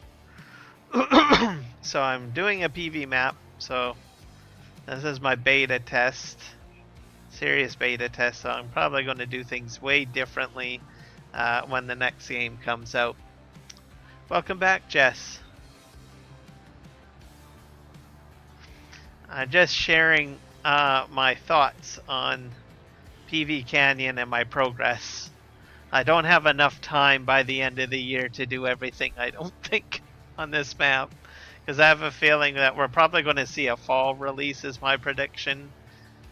Or maybe, if I'm fortunate, maybe they might do like an actual 2025 release in January or February of 2025. But I have a feeling that they'll probably do like a fall release.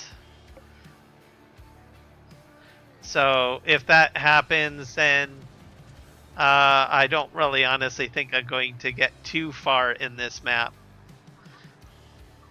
So I was explaining that I'm probably going to definitely do a PV Canyon map in the next game, but I'm going to do it way differently. I'll probably have not a hard mode, like hard economy on.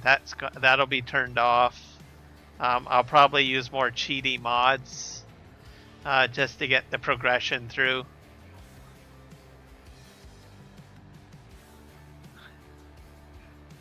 And I think that's what I will probably end up doing next time around.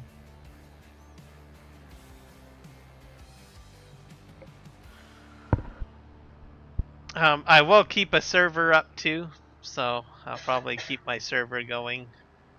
And I'll probably just incorporate Farming Simulator 25 map into it.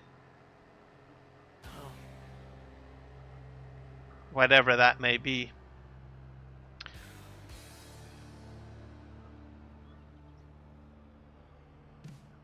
Oops. I'm gonna head this way.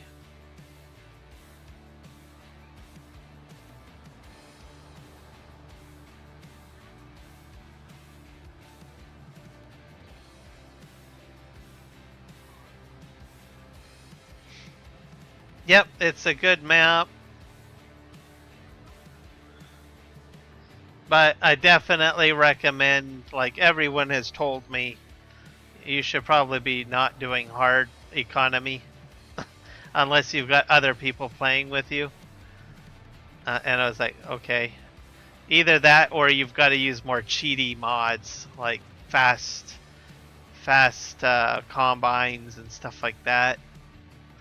So I think I might go that direction the next time I do a PV map in the next game.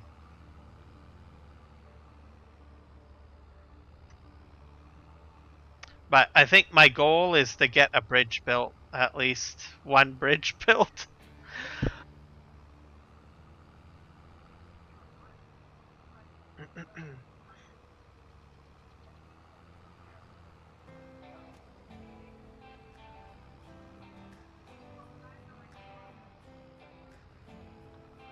I'm just gonna drive this over here.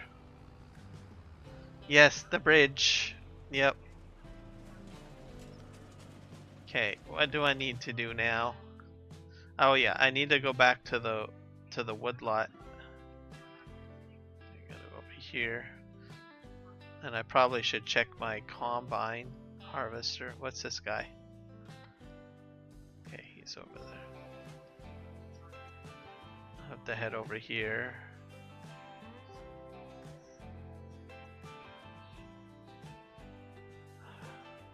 Do.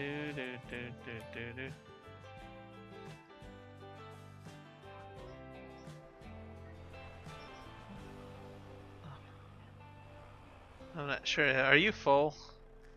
No, you're not full. I'm probably gonna have to take manual control, aren't I?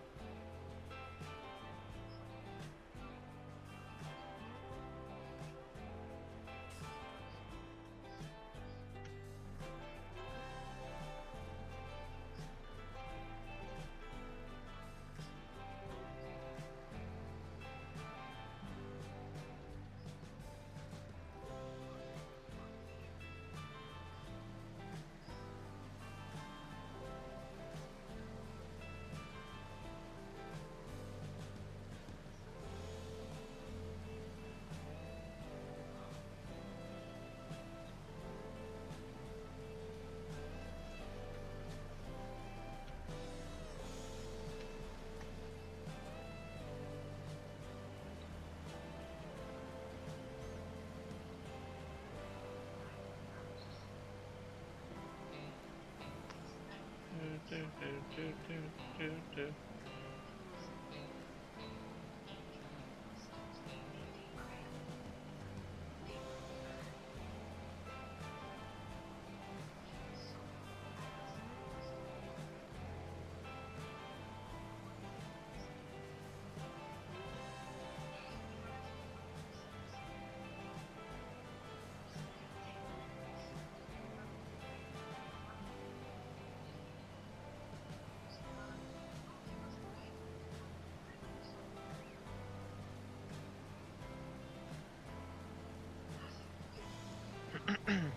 So just from the 2 rows, I got about 126,000 liters of parsnips. That's a lot.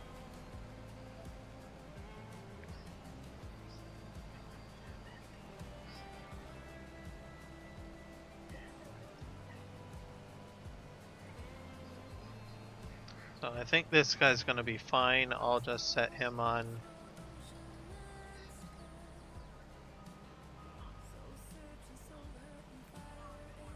Because I really need to get over to the lumber yard.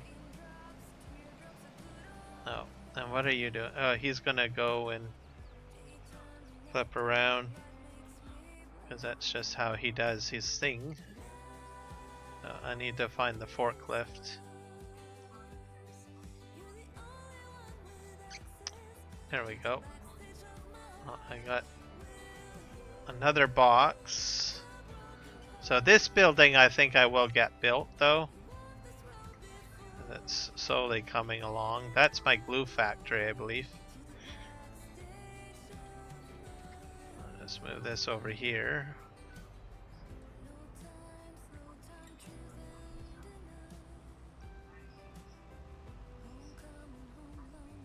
And I can tell you one thing, that pallet factory needs a lot of nails.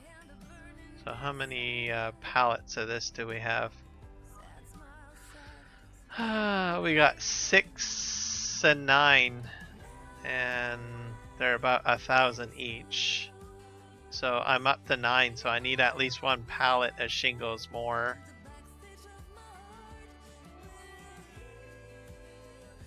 And then I just need 10,000 brick, which I might have 10,000 brick, I don't know.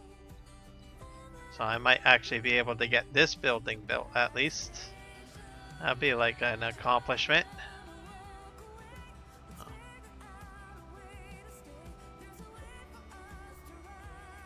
Spare pallets over there. And this is one of the...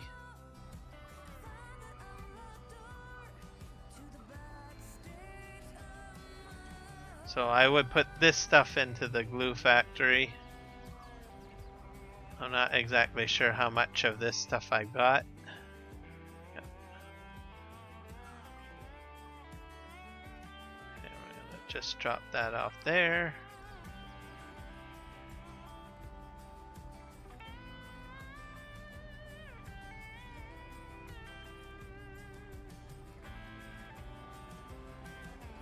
Oh, that was kind of creepy.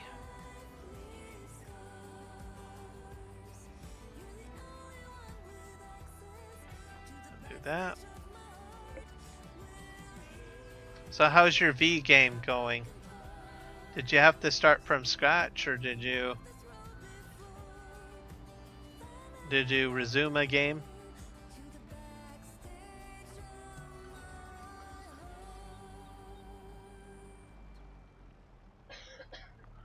That's one game that I need to return to. There's I got frustrated on one of the guys that I had to finish beating up on. So I was like, okay, well I need a break. And then I never returned. Oh.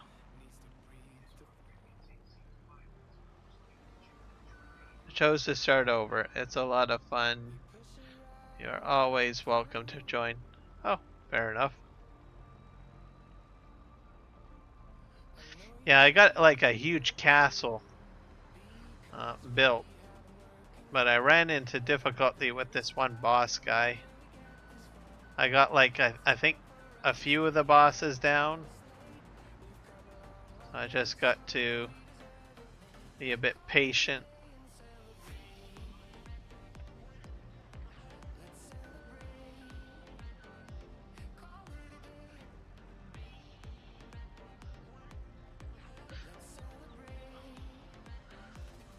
Okay, so if I need help, I could like get your help and you could like join in and help me beat one boss? Is that how it works?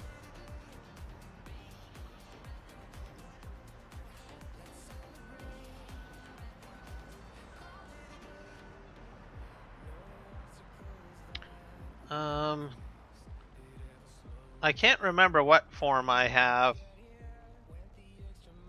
It's been a while. I'll have to relook at the game. But I know I definitely want to get that boss down, whatever boss it was. I'll remember when I get back into the game. I was like, oh yeah, this guy. And I just don't understand why I don't get him down, because I've actually defeated some pretty challenging bosses in that game.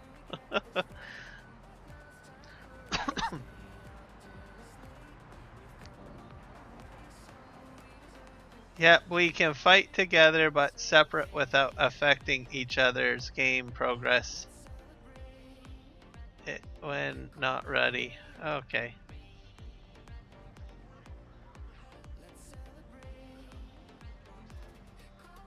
Alright, well we'll have to look at that, because especially if I can get help killing that one boss guy. I'll have to relook at the game, I guess.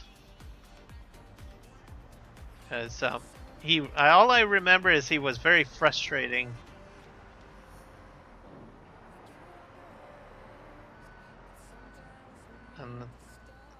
And I was kind of bummed out because I was doing fairly well, you know, like advancing and enjoying doing stuff.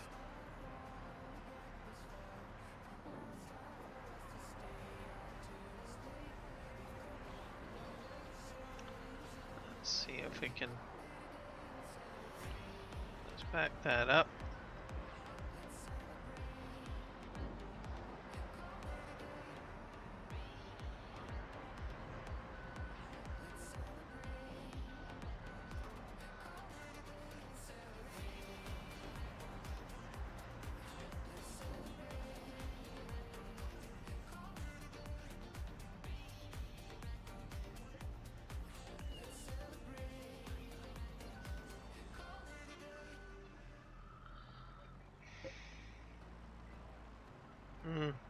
This one guy basically is one in one area, and he's like in an encampment basically, is where he is.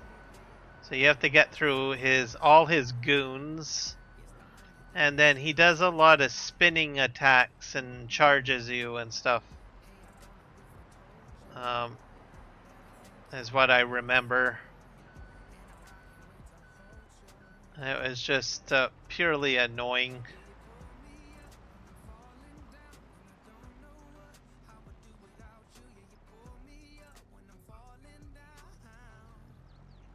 But I felt that whatever I was doing, I should have been able to take him down. Oh wait, there's a coffin over there that I get. To get that a little later, I guess. Right.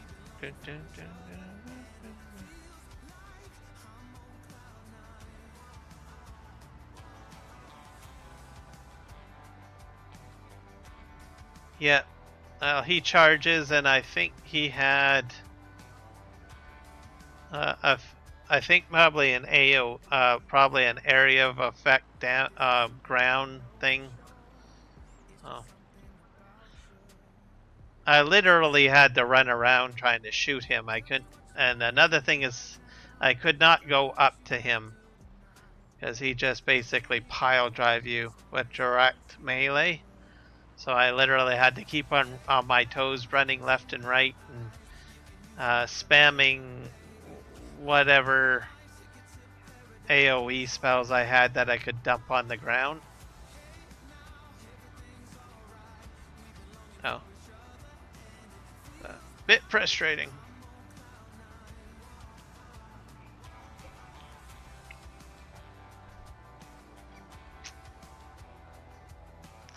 And we're gonna get, I wonder if I can pick this up with the forklift, can I?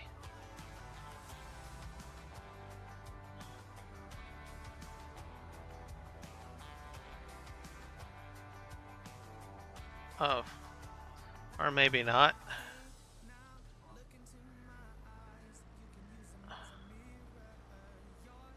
There we go. I got it.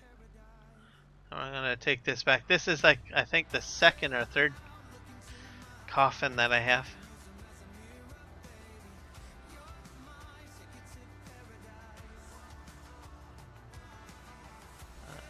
Pick it up and move it.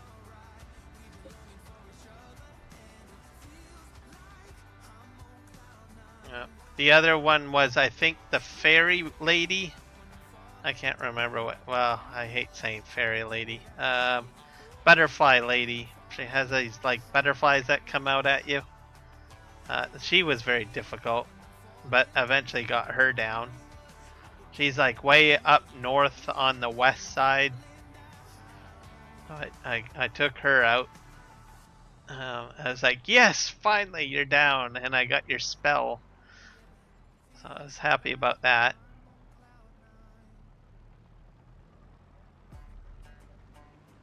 Okay, let's see if there's any other wood things I need to move, which might be over here.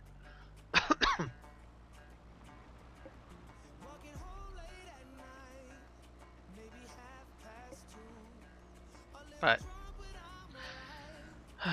once I load up V Rising, I'll try to remember which dude it was.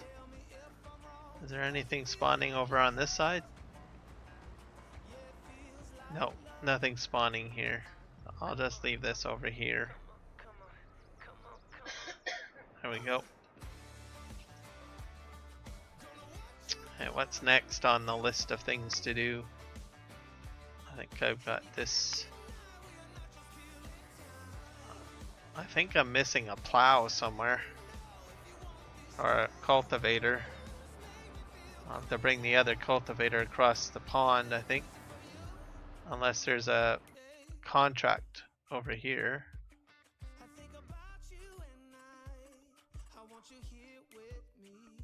Cultivators. We got field 39 and 49. 39 and 49, where are those?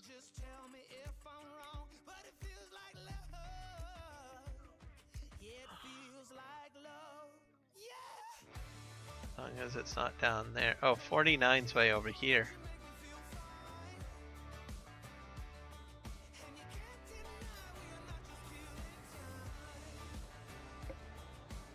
I know that there's a cultivator missing, but I don't know where it is on the map. Can I go into the garage maybe and see leased equipment maybe?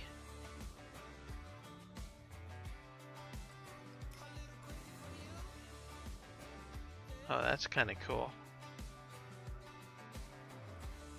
Okay, in here. Oh yeah, here's lease. Oh, there are no items on this page. What do you? Oh, I guess I got to directly lease. That's interesting.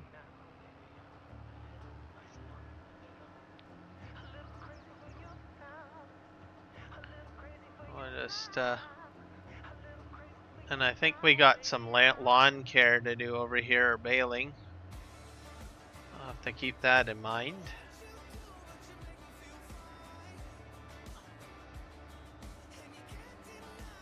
It's just I'll bring over one of the cultivators over, I guess. I think I'll probably bring that one cultivator to field 49 probably, which means I have to backtrack.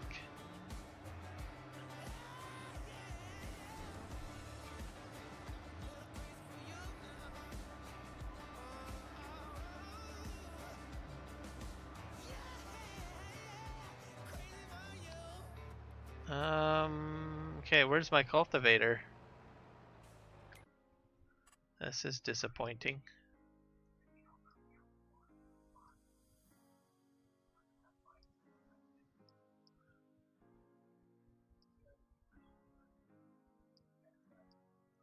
Maybe I better cancel out those two contracts maybe.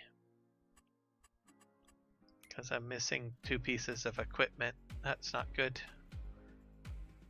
I got some harvesting contract stuff, sowing and weeding.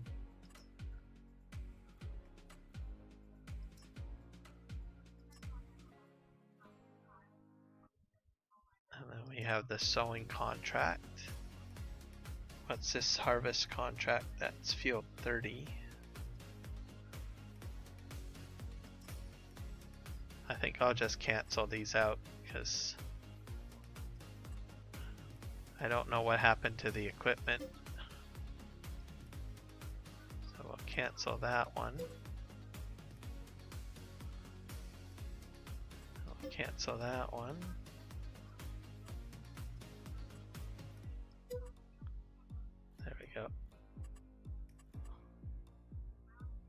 do the parsnips contract going.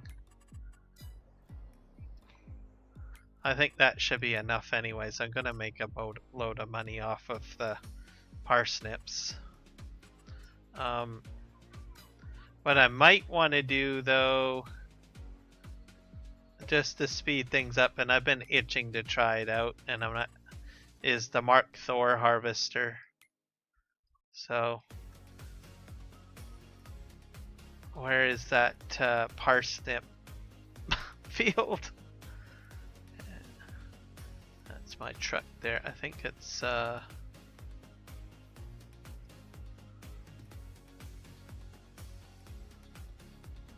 because I got enough money to lease it, so it's just tab. Yeah, that guy's busy doing that. See if I can tab into it. So I can't remember where it is. Oh, here we go. Yeah, because this is going to take forever.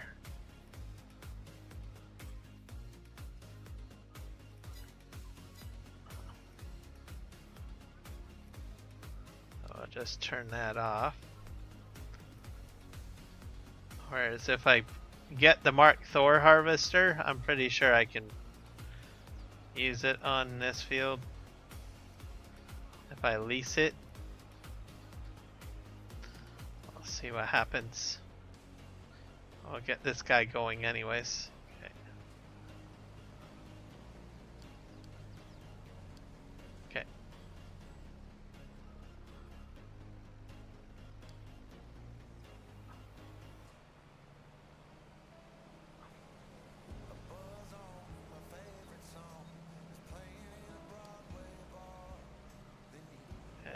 And you're gonna spin around. Okay. Well, I'm gonna get the Mark Thor one. I think I have to get a vegetable one.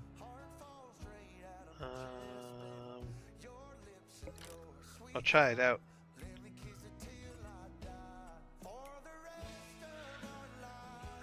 Beet technology, vegetable technology. I could probably go into mods here.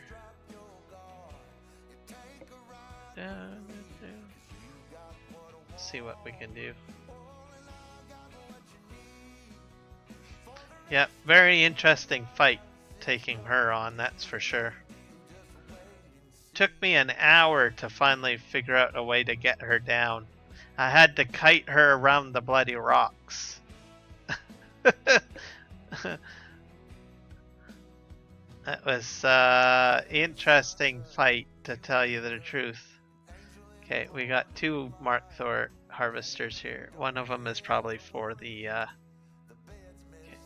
What's this? This is sugar beet. All-in-one? I wonder if I should do the all-in-one.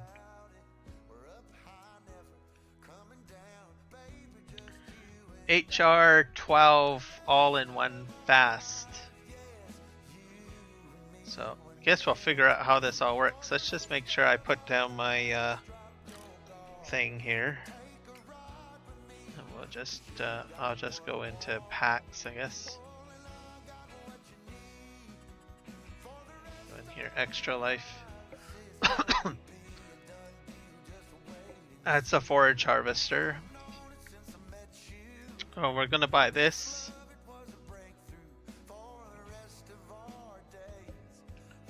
Have the extra life logo on it. Looks good. We'll just amp up the capacity to 2.5 million. How much is this going to cost me? That's 230. Wonder if I should just buy it. Yeah, I think I'll just buy it. There you go. Okay. And then I'm gonna want them all in one header, I think. Okay. There we go. No more kidding around, people. We're getting serious here. Combination. Okay. Let's see. We're going to. I don't know the difference in the. There's an all-in-one Unreal header, and then there's all-in-one header fast. I think I probably just want the fast one, right? And then there's a standard header. Oh, why don't I just do the fast one? There we go. Customize deco to represent add-on choice. Potato deco. Sugar beet deco.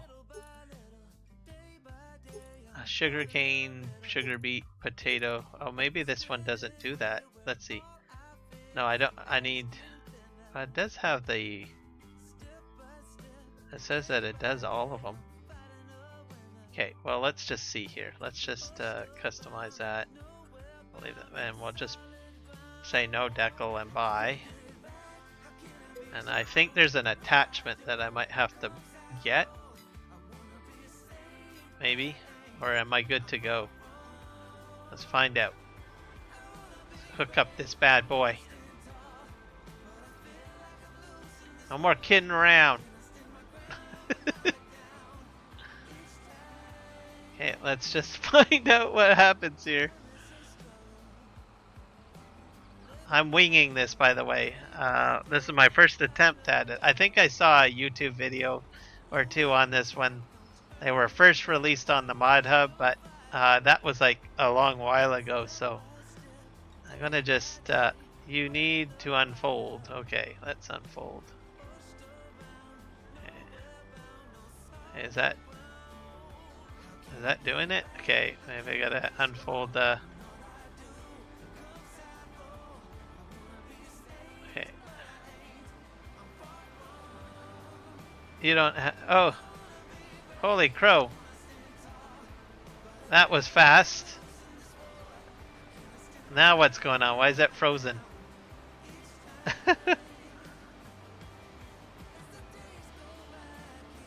I don't think it liked that very much.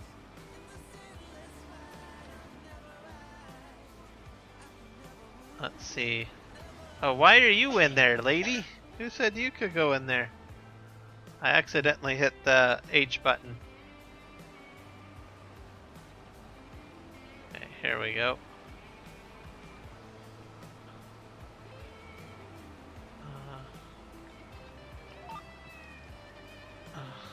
There we go. We're rocking and rolling now, folks. Okay. No more just joking around. We're getting serious here. I mean, look at all that. Could you imagine me having to do that with the vegetable harvester? I had enough of that vegetable harvester. Rolling now. He has another one that has a much wider header that I believe spans out like wider, but I'm happy with this. It's sufficient. You know. Like, I think his header can pick up crop at least probably about maybe 24 meters wide. So we're just gonna get down to business here. Now I own this harvester, so that's pretty cool. I like that. So we're gonna go down the other row. There we go. Look at that thing go. Did you guys just see that? That was like crazy. That Mark Thor guy, I'm telling you, he never ceases to amaze me. Oh wait, what are you doing? Why are you going that way? I'm gonna go this way. Okay. Alright. I'm gonna... And... for some reason, it's being weird. I think it wants to do 90 degrees. Okay, let's just go. But this is a lot of crop too, I'm telling you. Like, I've got 66K already. That's from one row. Oh. I'll probably use this on my main farm. I own the whole thing now, so.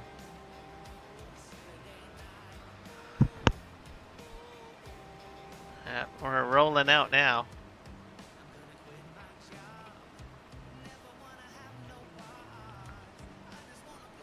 I gave in.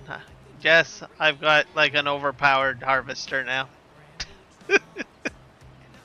This is so freaking crazy.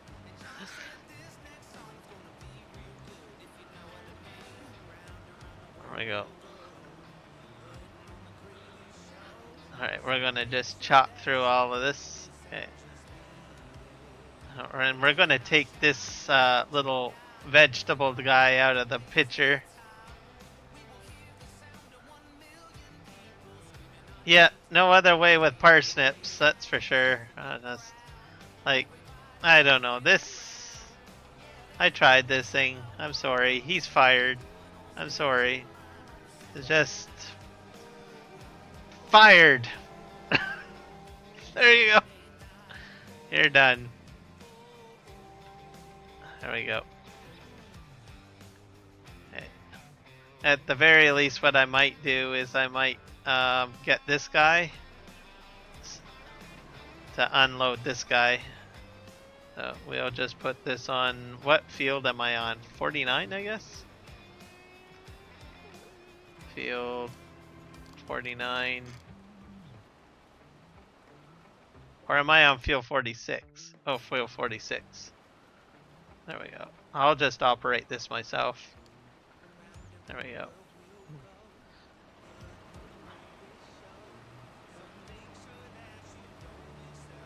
Oh, look at that. He's trying to help him out. Okay. Okay, we're gonna go this way. Alright, now we're gonna go down this way.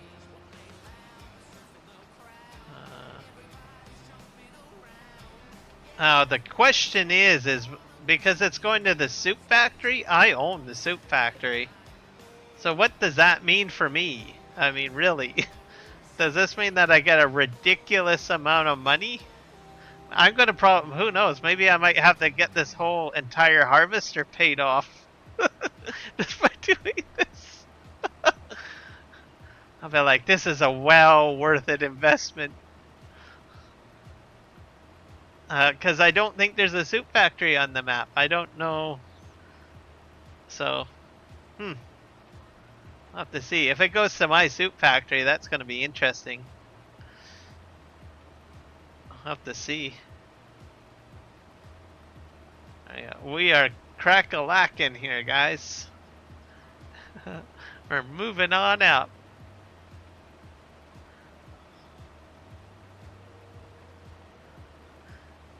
Yeah. So, Warren Ash, you get it? Okay. But it says I need to take it to the soup factory. Does it turn my soup factory into like an NPC factory? Because it literally says go to the soup factory to complete the contract.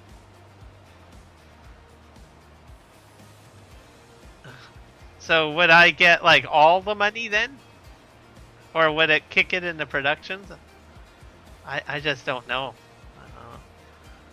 I want to know. That's why one of the reasons why I've been incentivized to try to use this cheaty harvester. Because now I want to know.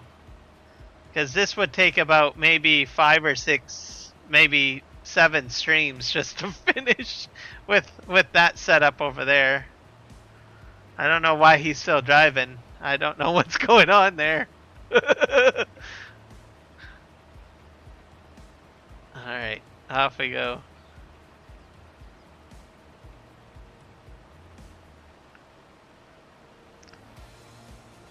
This is gonna be cool. Do do do do do do do do do do do do do do. I don't even know how many parsnips I'm gonna get here. But the extra I'm looking forward to because I had a really poor harvest from my own fields, which I don't understand. So either I must have missed a fertilization stage or a field prep stage or something. I don't know. I still have a little wee bit of parsnips that I can harvest too now because, well, we know what had happened there on the last stream of me trying to do things. Oh, I'll just server lag.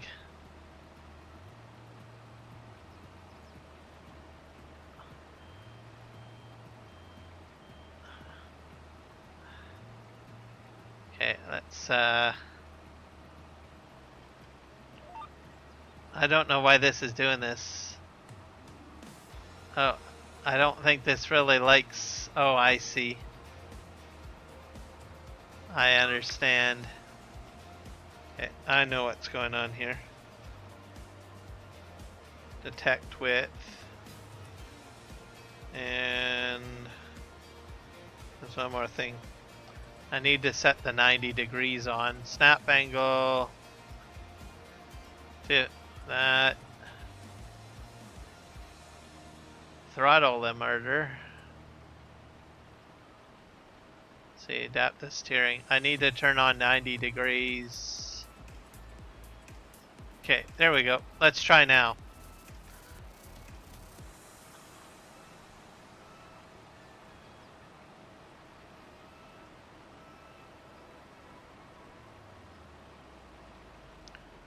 We're gonna go back over here.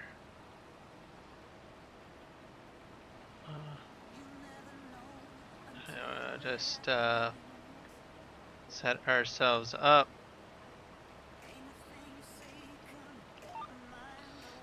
And go.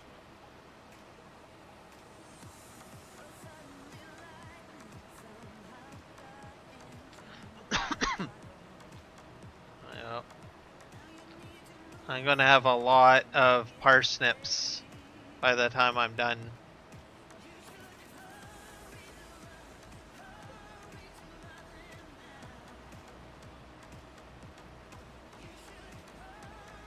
And I'm gonna have to figure out why this guy's still moving down the row. It's so easy, isn't it? Whenever you're not actually harvesting anything, isn't it, bud? Okay, I'm fixing you. You're definitely fired. Okay. And we're going to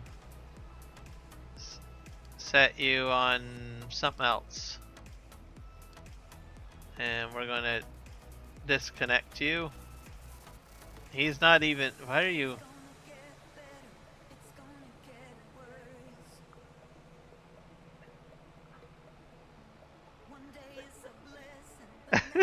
There we go.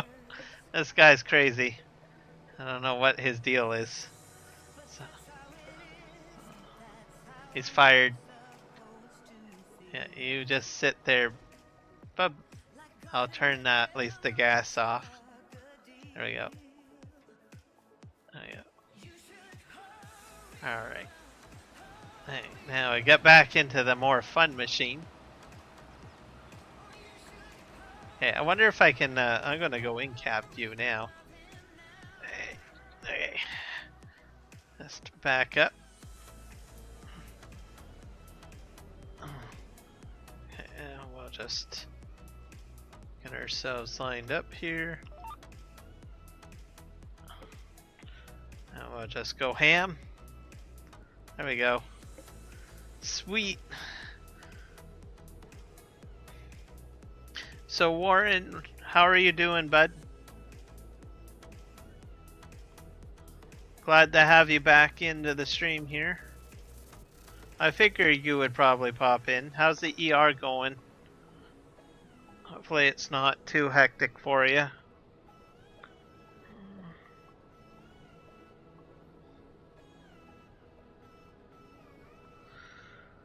Da, da, da, da, da, da, da.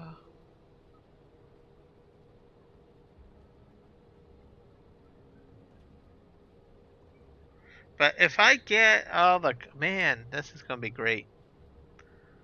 I'll be able to fill my soup factory, and I'm gonna be able to fill my other factory. I'm gonna have so much stuff I don't even know what to do. Okay, let's just turn around and get that little wee bit. It's probably just a small amount, but every little bit matters. Okay, there we go. Coyote Dreams, welcome in. Yeah. If you guys can do me a huge favor, hit the like button, eh? It'll be appreciated. Get my stream out on the metaverse or universe or YouTube verse or whatever you want to call it. Alright.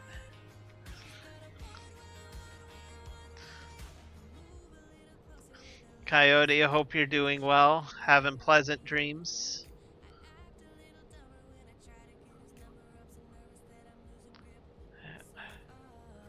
I don't know. I think this is a good investment, guys. I'm feeling good about it. I don't like to get all this cheaty, but I'm just giving in. I'm gonna go. Eventually I was gonna do this, but I've just come to the conclusion that those harvesters are just too much of a headache. So, and I was gonna use this thing at some point anyway, so I was like, forget it. I'm just jumping into it. You're doing good. That's good to hear. We're almost to Friday. And we can say TGIF, right? Or maybe it's already TGIF for some people already.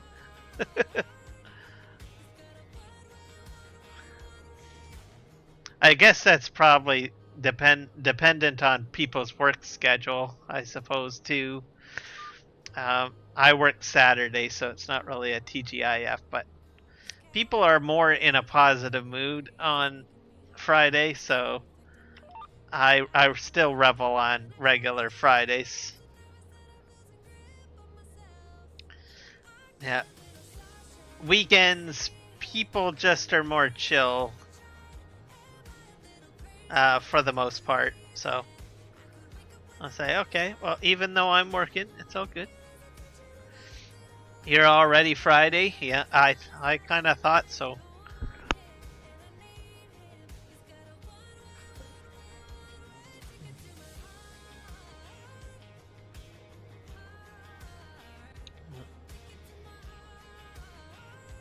So it's Friday for you all the time. That's good. Yeah. If you can have that, that's a good thing. It means less stress. More relaxed, more things that you can invest your time into what you want to do, which is good.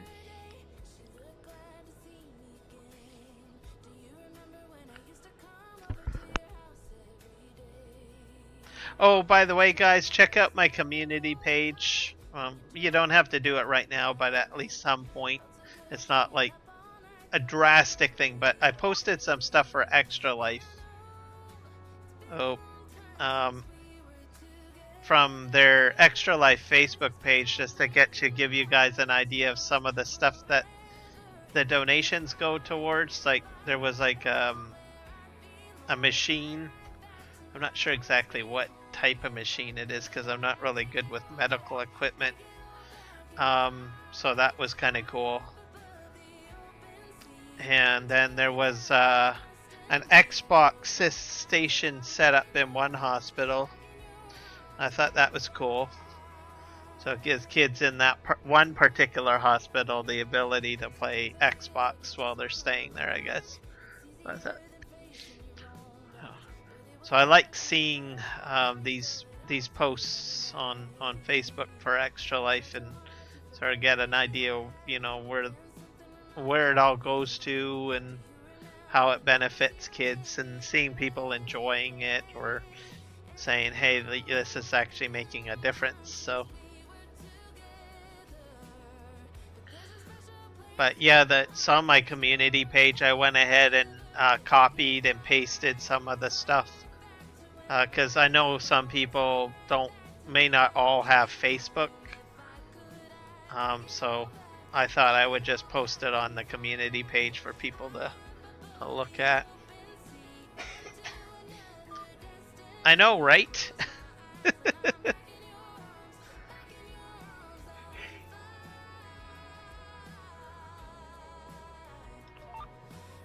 Oh, I gotta slow down here.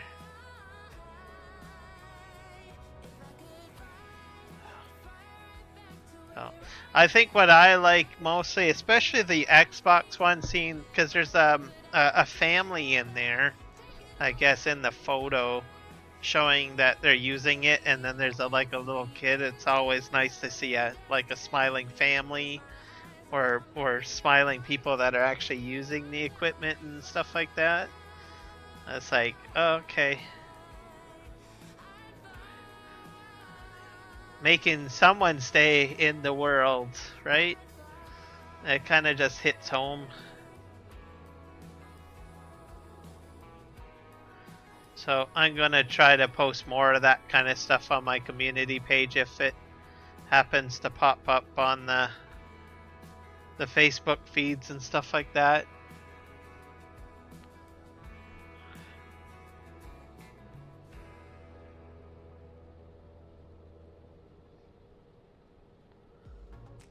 Here we go. Okay, we're almost at the end here. I'm just gonna, I think what I'm gonna do is just put on the brakes and just slowly turn around. Doo, doo, doo.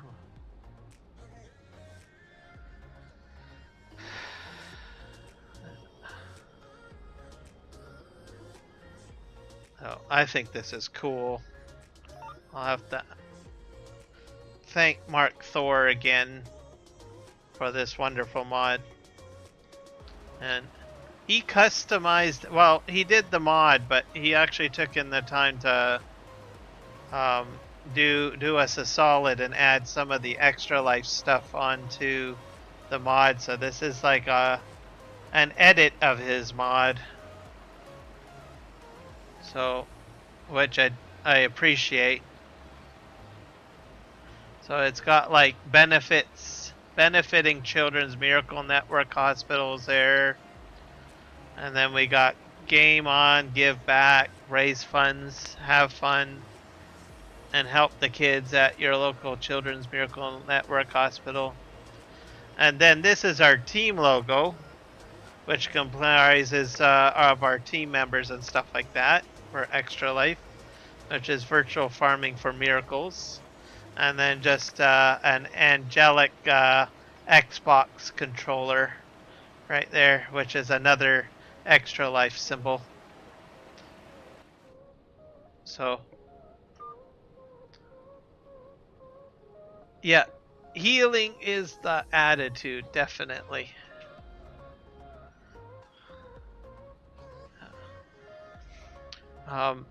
And I think, you know, making the hospital a good environment helps with the healing, because they can de-stress. And because everything I think on the planet Earth, if they're stressed, it just doesn't allow your body to heal at all. Especially in animals, if they get stressed out, they can't handle it. It affects her immune system rapidly in a bad way. So any way that you can de-stress a patient, even us humans, I mean, that's why we get sick, like with cold and flu season sometime when we're extremely stressed. So anything that we can do just to de-stress, or take our focus off whatever is really, you know, mucked up in the mind or whatever, right? Just makes things far better for people.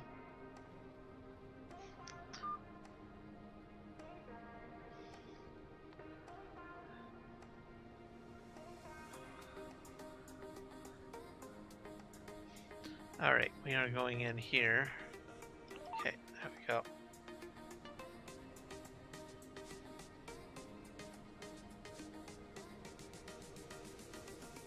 Hello, Nick Kelly.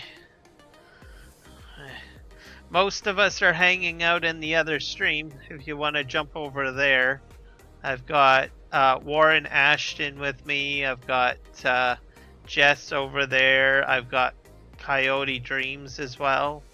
So we're kind of chilling and having a blast.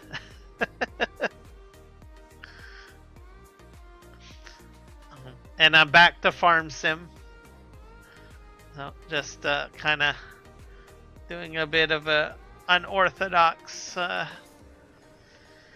live stream here for Farm Sim on PV Canyon. So give myself a bit of a break from World of Warcraft.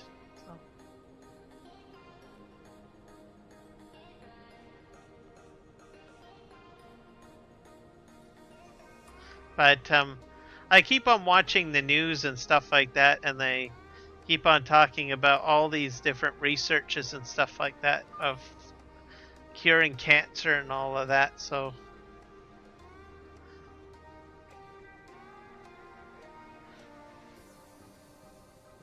I'm optimistic to see where all this goes at the end of the day.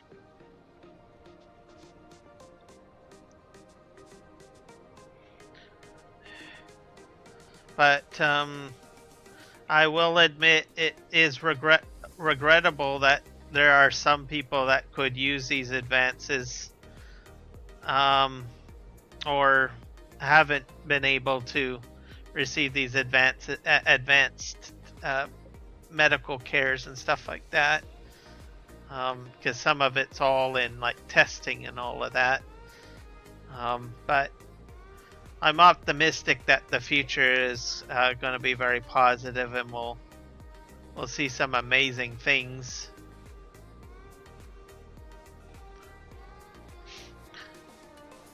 Well, myself, I'm doing awesome. I feel great. It's been a great day today.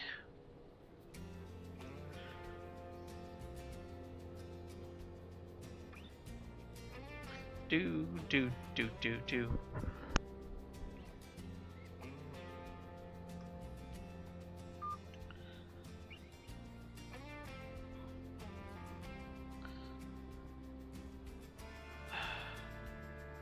We're gonna go here.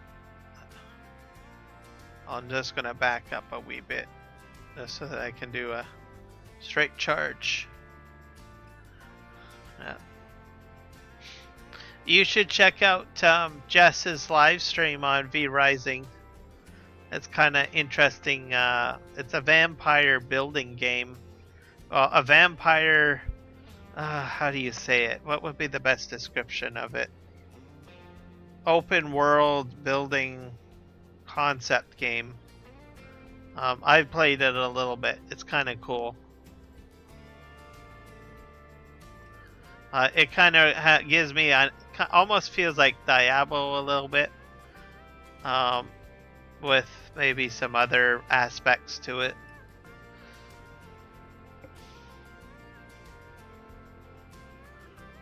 Going to Colorado and going to have fun staying for 7 days. Going to drive my car there. That sounds like a good trip. Colorado, I think, isn't that like a mountainous region? Very scenic.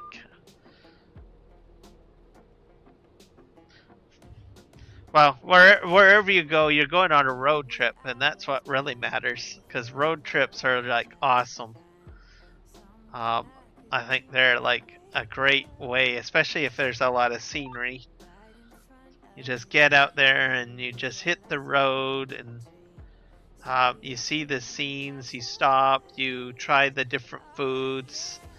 Yeah, I think you're going to have a blast. You're going in July? Cool. I think you're going to have a lot of fun.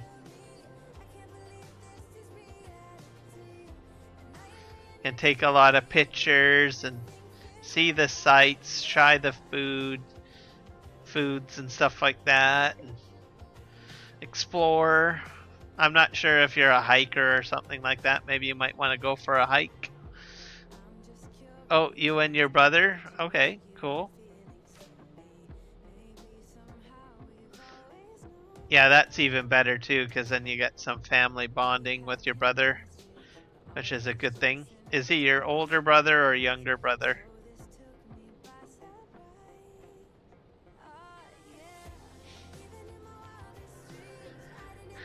Da, da, da, da, da, da, da.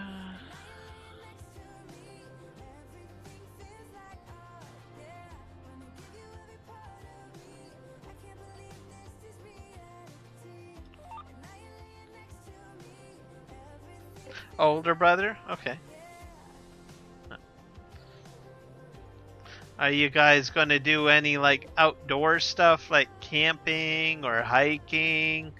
Or are you just going to like I don't know, to see family? Are you like anything specific planned?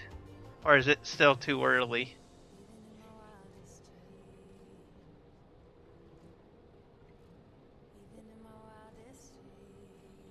Oh, all of those things? Awesome.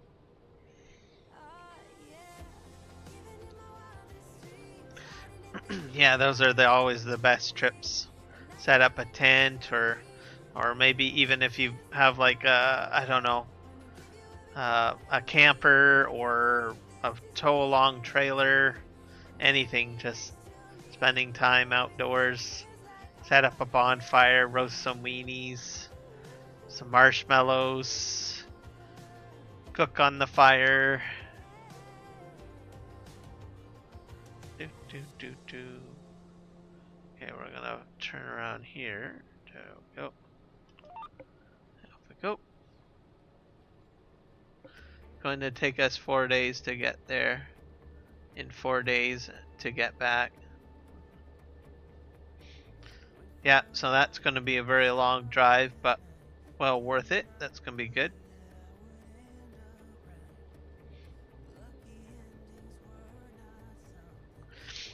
Is there like a final destination, or is it just going to be just random spots camping?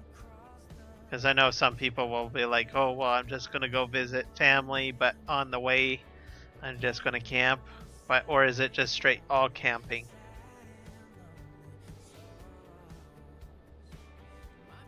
Do, do, do, do, do, do. Staying in a hotel. Okay, cool, cool. Makes it relaxing.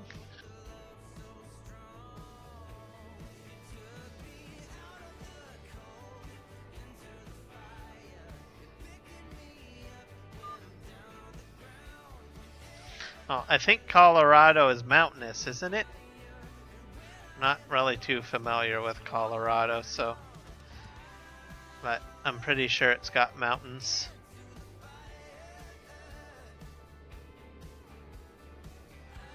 And then I always like mountains. I live around mountains, so that's a dead giveaway there.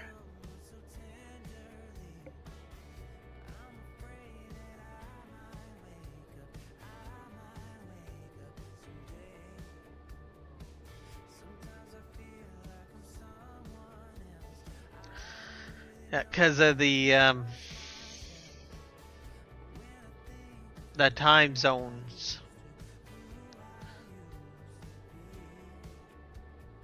It's like Alberta? Okay.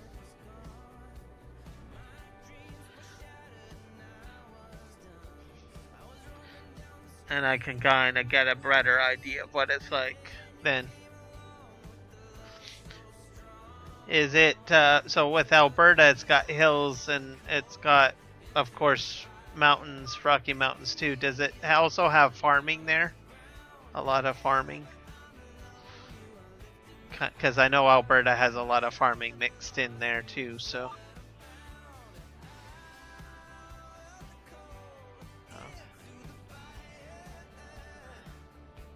They probably do potatoes there, I bet. I don't know. To the fire. Okay, how are we doing on our I think I'm doing pretty good. I've almost got like a quarter of the field done.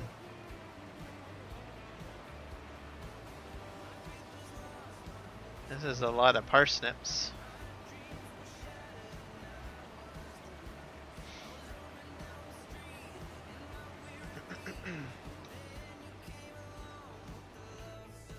Too strong.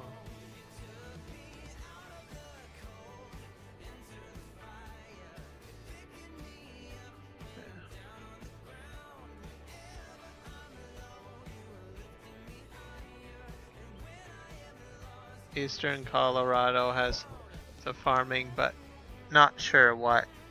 Okay.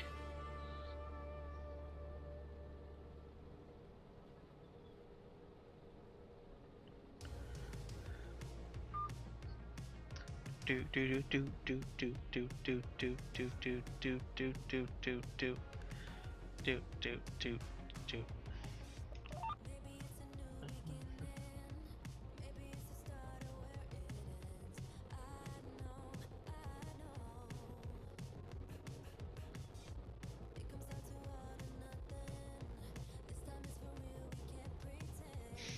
Okay, so yep, that would be very much like Alberta then. Maybe different crops potentially, but same concept.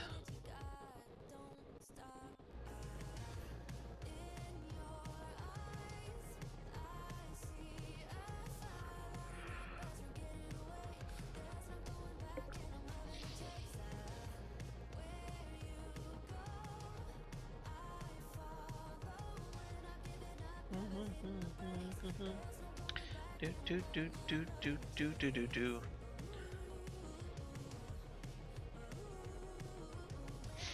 Well, you'll have to have a marshmallow on my behalf, Nick.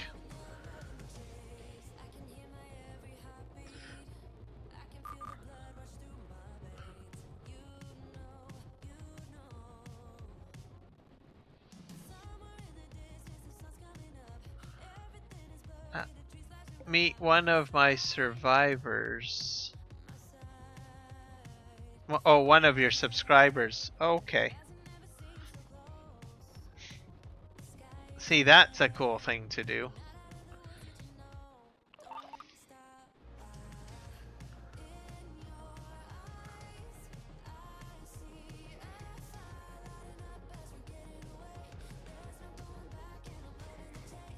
It's always good to intermingle with people from time to time and stuff like that. Do do do do do do do do do.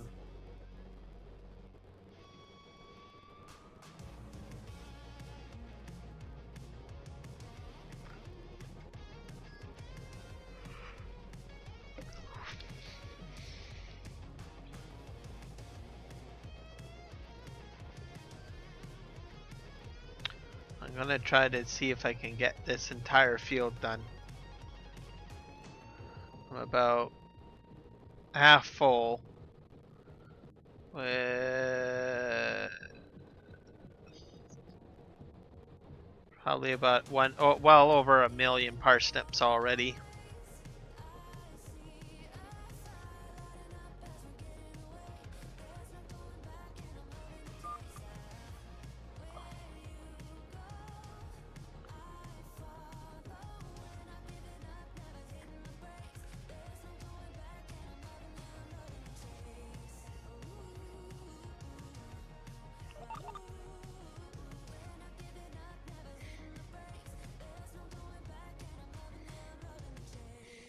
Yep, that's the main thing. Gotta have fun. It's also good to keep good bonds with family. I think that's always a good thing. Sometimes we just get too busy with whatever we're doing. We forget to do some of the simple things.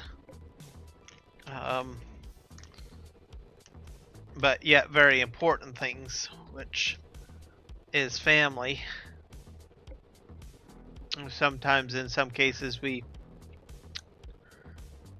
take family for granted But then when time passes and you realize you've lost all that time when you could have nurtured something, and you look back on it and you're like, oh, I wish I had, I don't know, gone on that camping trip, or I should have did this, or I should have did that, right?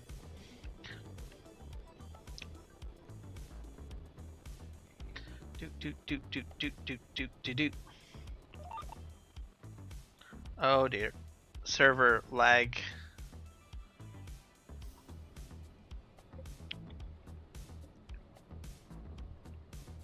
So I think I'll be able to get this field done before the stream ends, I hope. I'm almost to the edge.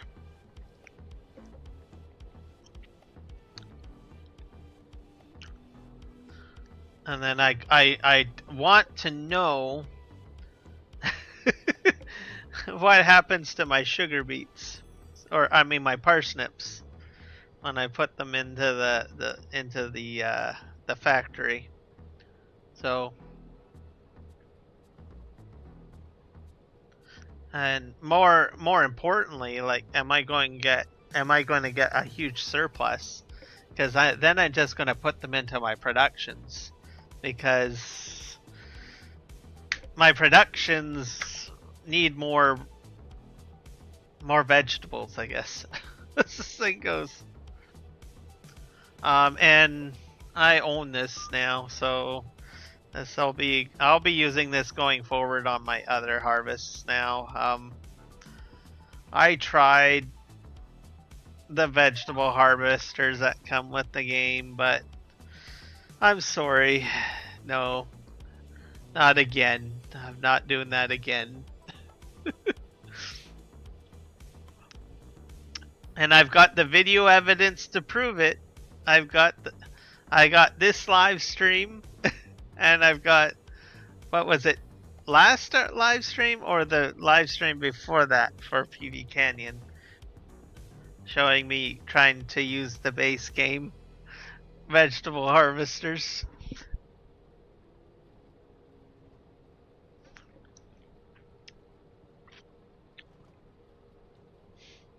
As my parents always said, they always say to me, you should at least try it, okay?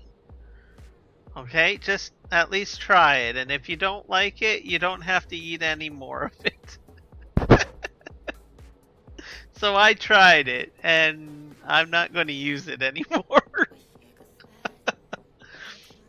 Alright.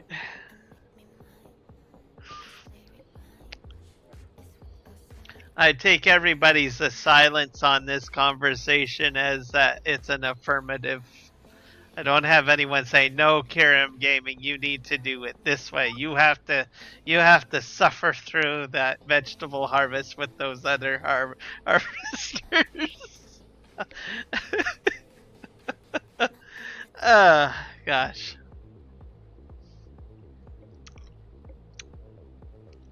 There we go. Let's see how we're doing here. We're gonna pop out. Yeah. So I just have to get over to that tree line, so, and I already did all of that, so we're doing quite well. This also means that I still have that little strip on that one field back at my main farm that I didn't finish. So I can strip that all up because that was all parsnips too.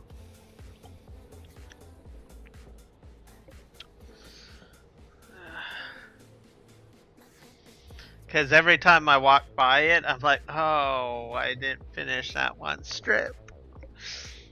I'm disappointed. There you go. There we go. We're just going ham here. I'm gonna spin around. Here, we'll just go down this row here.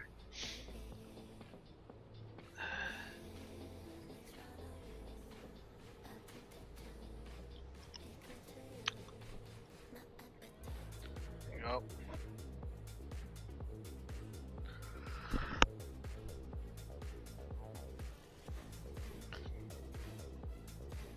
So I'm kind of looking forward to summer. I do feel more energized.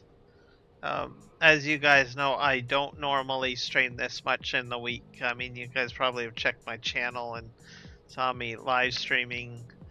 I think I've hit almost every day so far this week now.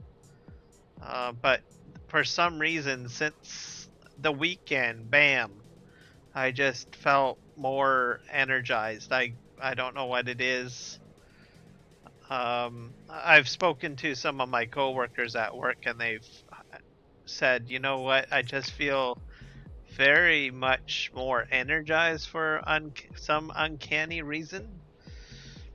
So I don't know what that's all about, but say, hey, it's like if I've got a free sale, I might as well fly with it, right? So go for it. But I know that I've always done far better health-wise, more in the late spring and early summer. I guess because there's like more sun, more vitamin D. The notification on YouTube is not working. People are losing subscribers by accident because YouTube's having an issue.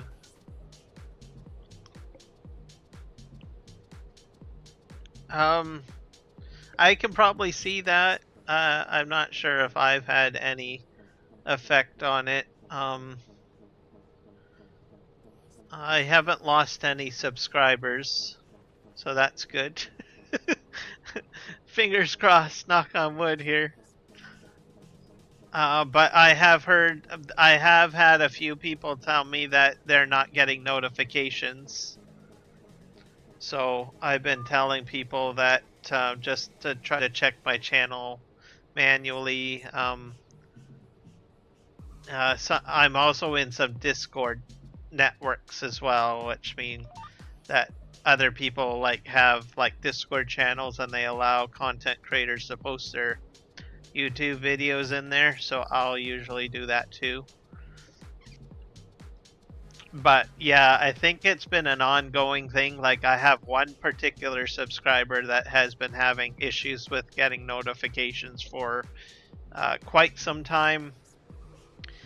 Myself, I have some channels that I am just not seeing the videos or the live streams.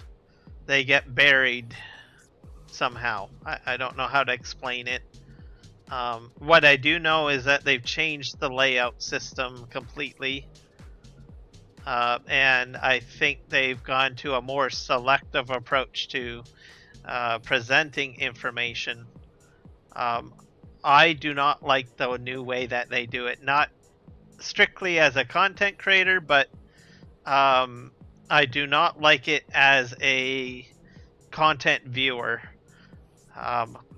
The way that they had it before, I was quite happy with, because I could easily go to lives or subscribers, and I could see sequentially pretty much every live stream that I am subscribed to, or video release that I am subscribed to. And I get a bit frustrated when I don't see that content showing up the way it used to sequentially, because then I have to dig, and then I have to go through scrolling through the list to find the individual channels that I might have missed, right?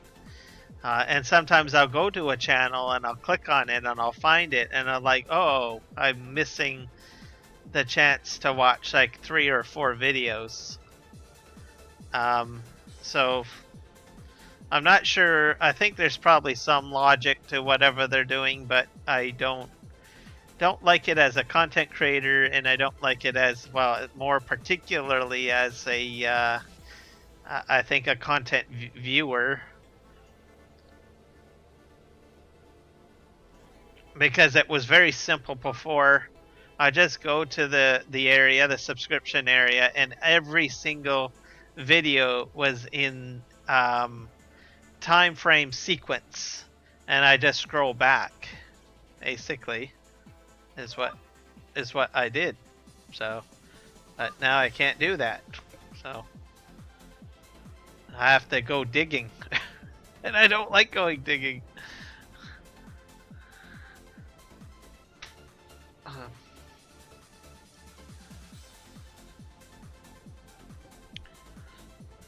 And trust me, I got a lot of channels that I'm subscribed to.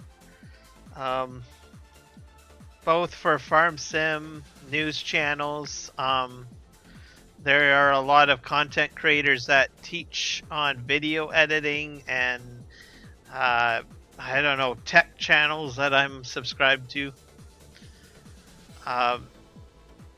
And it's a bit frustrating to see what I want to watch if it's kind of like buried. So, sorry, I'm ranting. Hopefully I'm not putting anyone off with my rant. I tend to rant sometimes, but there we go. I digress. Yeah, the algorithm is not working right. Well, I won't say that. I have a feeling that they purposely changed things to their new vision. What I think they're trying to do is basically set it up for TV viewing better. That's one of their yearly goals, aside from doing short-based content. So they're also trying to get YouTube TV on the go, and I have a feeling that's probably sort of what they've been kind of messing around with.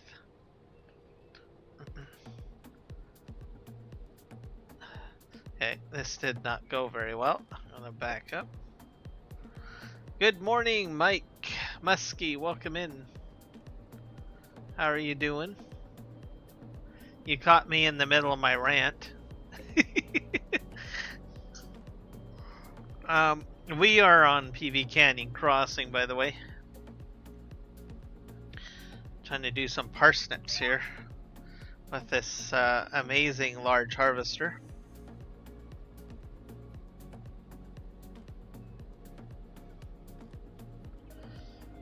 And then we're going to find out exactly what's going to happen on PV Canyon Crossing when I try to, I don't know,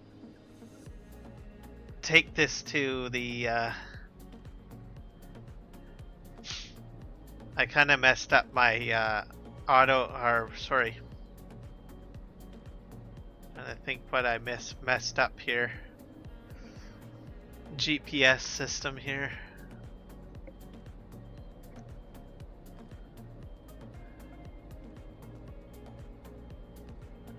See if I can get this all straightened out better. Okay.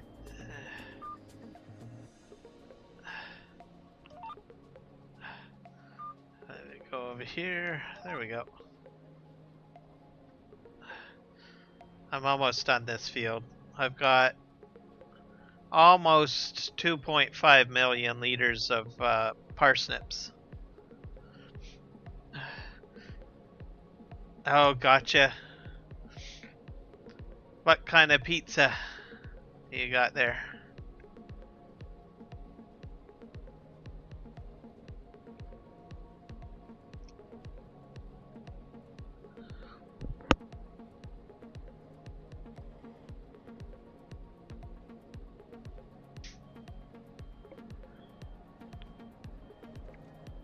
My favorite pizza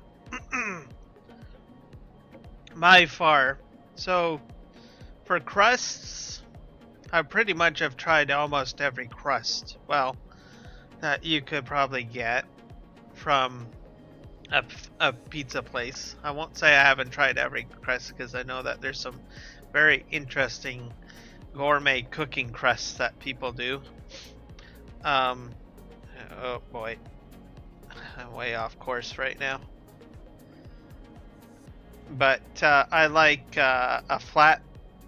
I like thin crust because I like the crunch. I'm gonna have to back up. There we go. So thin crust. Then we want some, let me think here.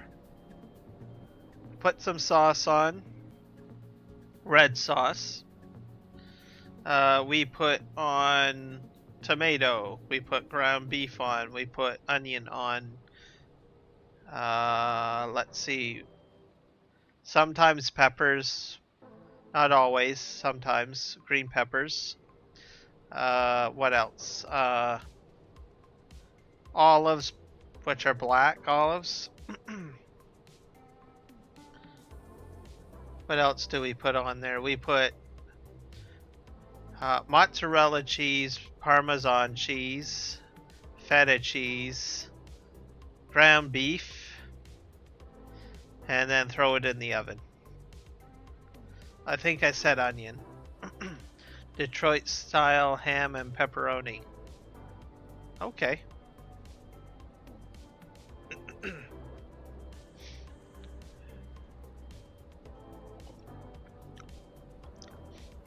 So, what is Detroit style? Or what makes it Detroit style? Yes.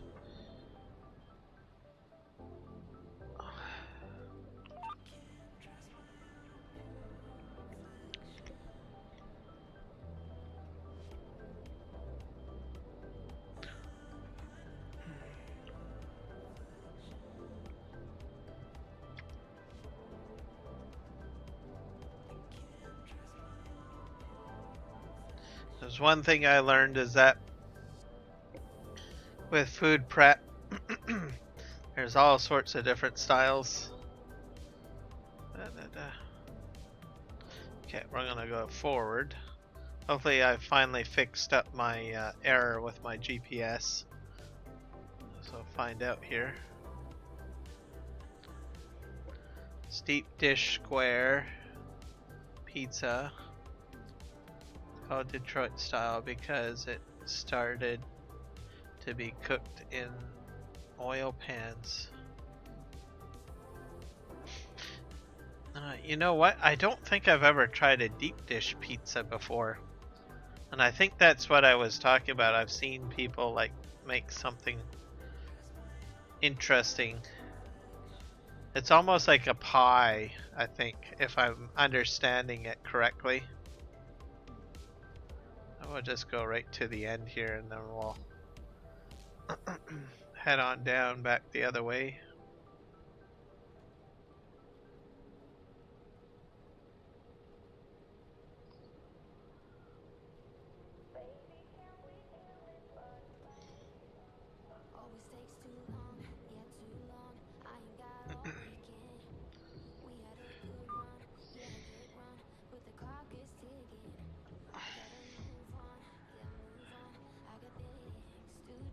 Okay, we're gonna go this way.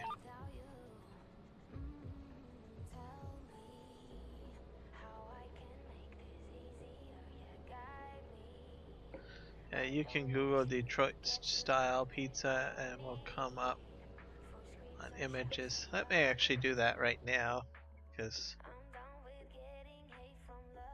I want to know if it's actually what I'm thinking. I already have a concept in my mind. Detroit style pizza. Images.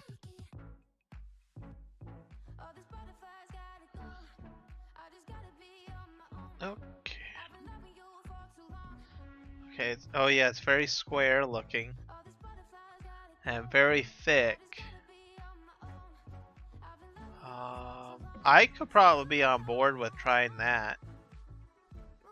It looks like that the edges are very crispy, which is sort of what I like from a thin crust pizza. So I think I could be on board with trying that. Very thick too. It's like a pie. It's a pie pretty much. Square pie, of course. Yeah, it looks. Oh yeah, it's made in a baking pan. Probably cooked with olive oil because you said oil. Chicago style pizza is more like that pie. Okay, let's try Chicago style.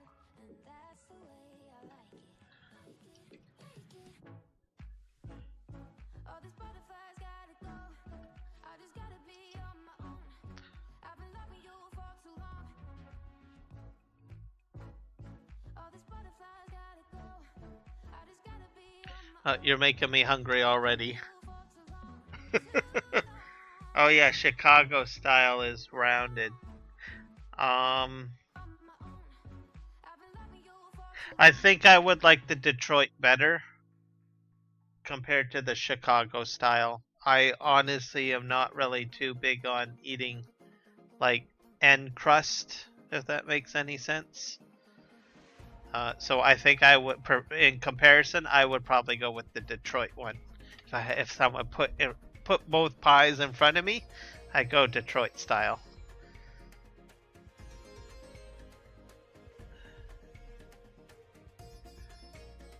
Not to say that I wouldn't try Chicago, I probably would, but I honestly think I would probably like Detroit more compared to the Chicago style.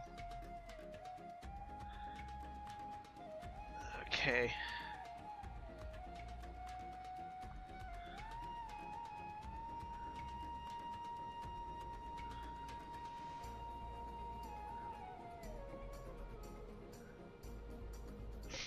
And then especially the fact that you said that the edges are so good and it gets caramelized.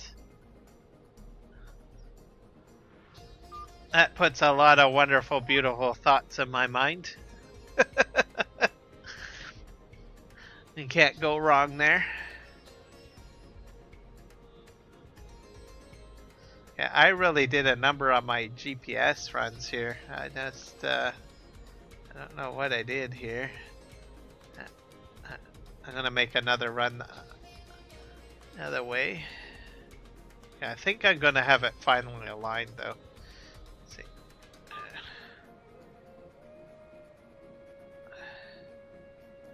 Okay, there we go.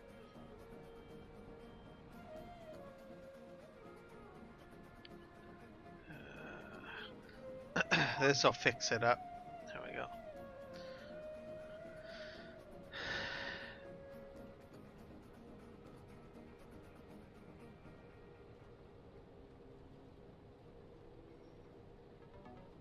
See, that's a very interesting story. And I'm glad that you shared that because even in my mind it was like, I wonder why they would have called it Detroit pizza. Because when you give something a specific name, there's always usually some sort of, backstory to it. But that's very creative. So I'm guessing someone brought pizza supplies to the automotive factory, and then they just on lunch breaks probably just started making pizza pies or something like that. Is that kind of the rough idea?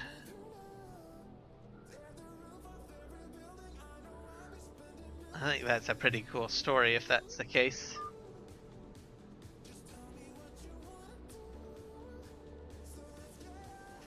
Okay, well, let's turn around here. And we're gonna go. Okay. Yeah, I think I'm finally aligned again. I think I fixed my GPS. No, I'm missing something. Why am I? Something's off.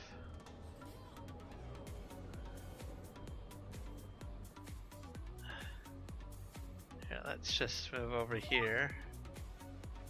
I have a feeling maybe I'm just accidentally hitting a button.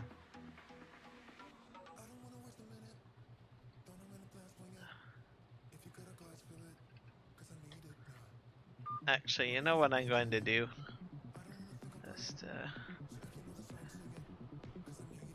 I'm just going to drive it myself. probably a little bit better.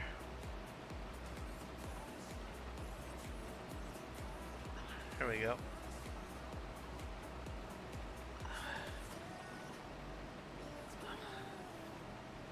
See if I can reset. Oh yeah, that's just really jumpy.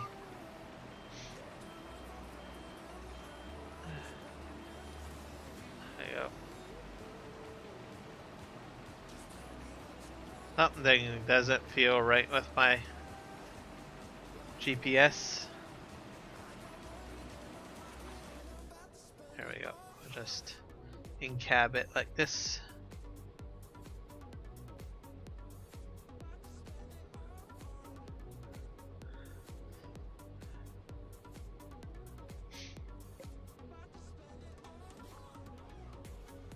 Buddy's Pizza, they are still around. Did it turn into a franchise, or does it still remain as like a individual one place outlet?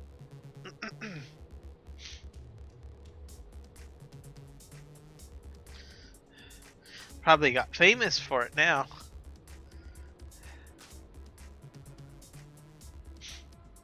Getting original stories like that is always awesome.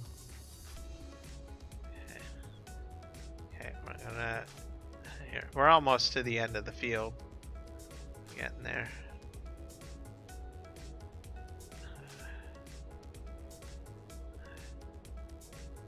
And we're gonna head on over to the farm. I'm almost full too, but I do have a truck out here that I can unload in, which holds about 1 million liters, 2 million liters I think of product.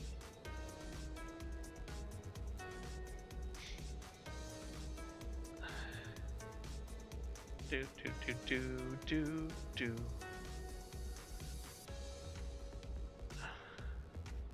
There we go.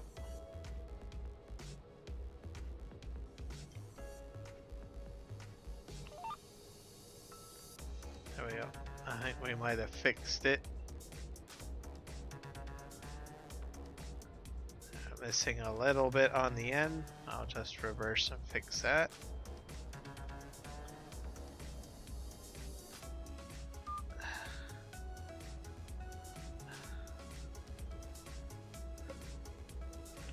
I think there are like 3 to 4 locations around here, but that's it.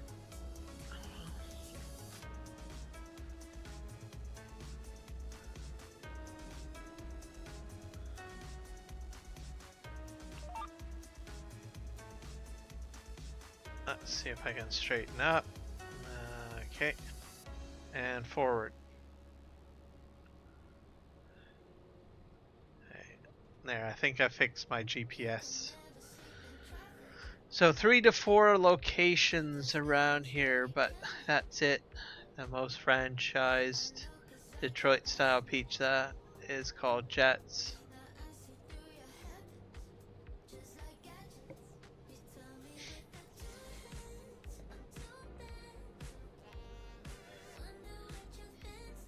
Well, if I go to Detroit, I'm definitely going to have to look at these 2 places.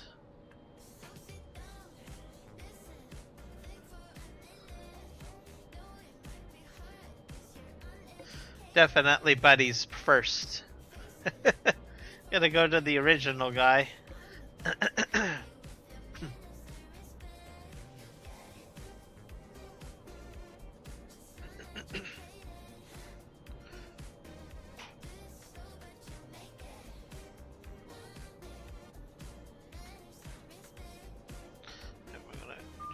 Turn here a little bit. Go in here. Okay, and away we go.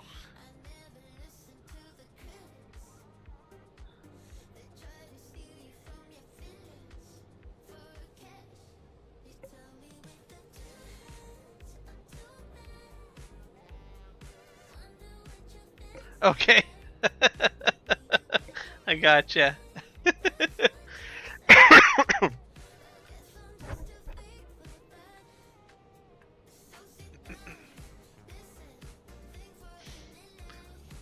Always like a good slice of pizza.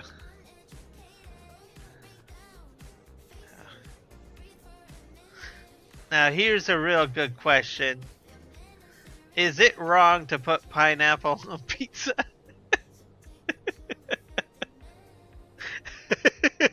I know that's a huge war fighting topic right there. I had to ask the question.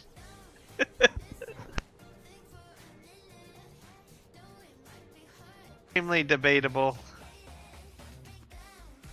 There are a lot of people that find the even thinking about pineapple on a pizza is war.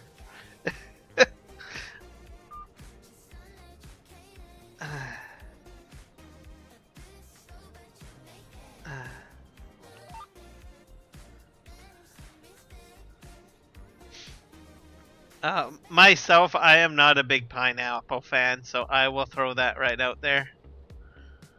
I just, I mean, I like pineapple, but not on pizza.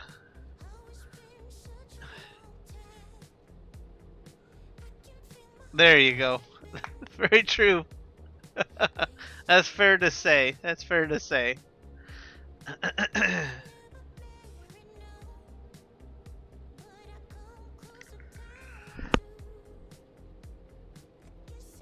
Ask that question a lot, because I'm Canadian, and I'm not sure if it's true or anything, but I just for some reason I think Canadians get the reputation for putting pineapple on their pizza. I'm not sure how that happened or why, or where that perception came in. Maybe it's true. Maybe we're the ones that started it. I don't know. Mainly the ham and pineapple pizza. I've tried it. I don't like it. I don't know. It just isn't good to me.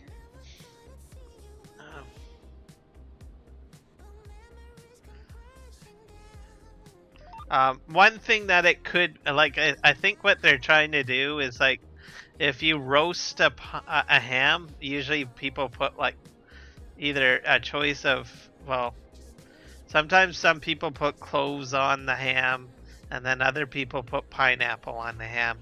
And I think that's probably where the concept came up with, is my guess is where the concept came from.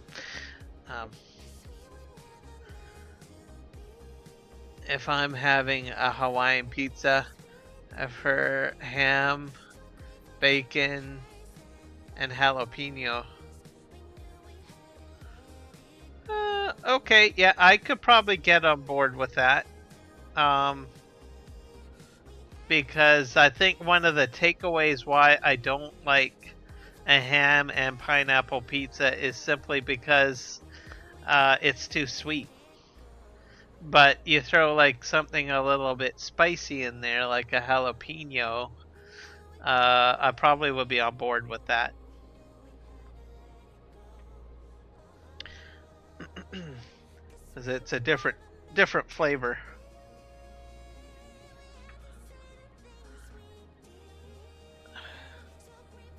Different taste of flavor, I guess. Okay, let's go in this row, I guess. See if we can do this. There we go. Do.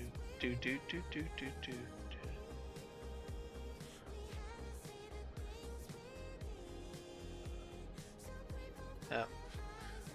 And then I think the other reasoning is that I like the taste of cheese.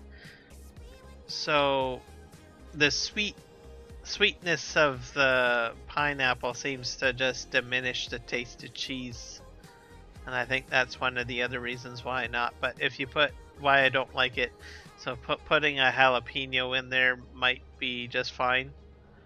I like jalapeno cheddar quite a bit. That's a type of cheddar cheese that has jalapenos put inside of it, so I kind of like that. So I have a feeling putting jalapenos with the pineapple and the ham, I think I would be fine with under that premise, I guess.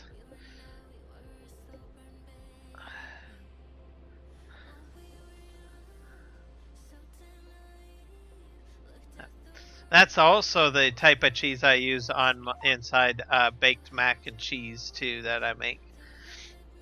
I always use jalapeno cheddar with it, and then of course sliced up jalapeno in the mac.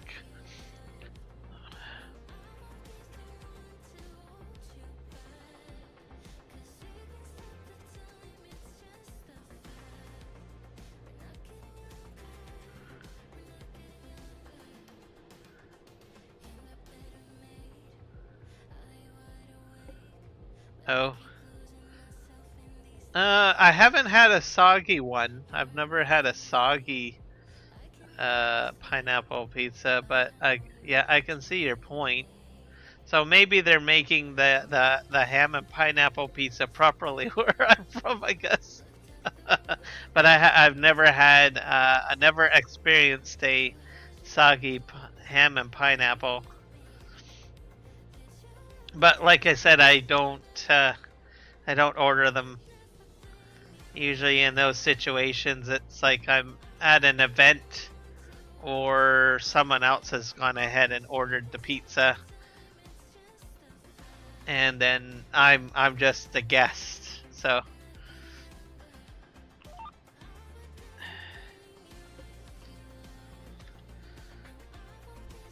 it doesn't happen very often that I have to eat a ham and pineapple pizza. Most of the time, there's always usually like either a plain pepperoni there, or they'll have like a meat lovers. I'll go with the meat lovers. I love meat lovers.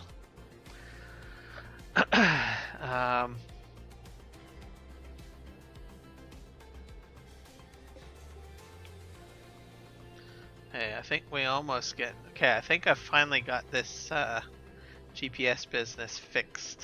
I'm happy about that.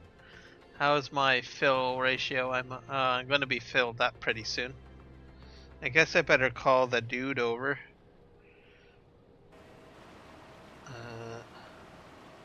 Let's just put that out there because the guy's way on the other side of the field.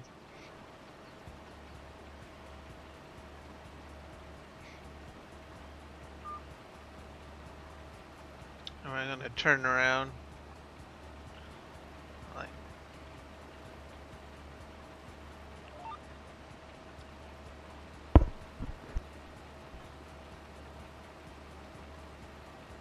Because he's going to have to take a load back, I think. This is going to fill him up, I'm telling you.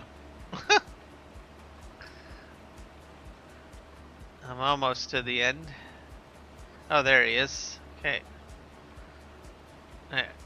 It's like speed demoning in here. There he goes. Are you going to turn around, buddy? Oh. AI helpers, gotta love them, eh? I'm at 88% full.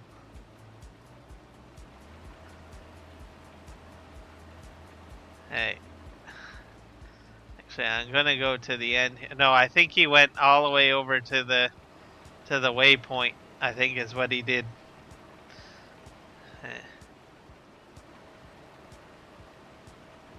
I'm at 89% full.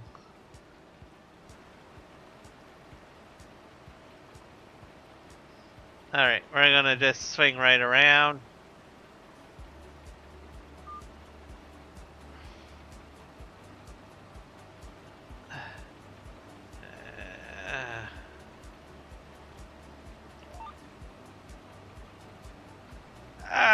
I messed up my row a bit.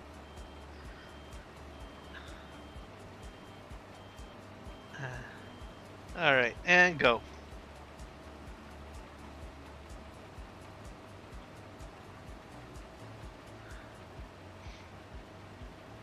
I don't even know if the AI worker is going to come down here. He should have been down here. He's parked over there, I think.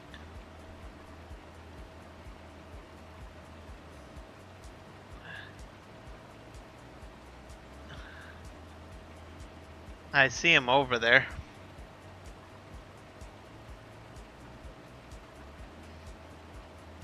Okay. We're gonna just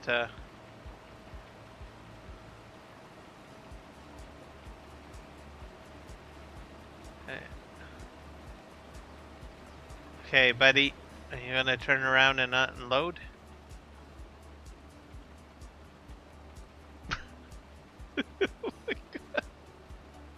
Oh, wait, he's turning.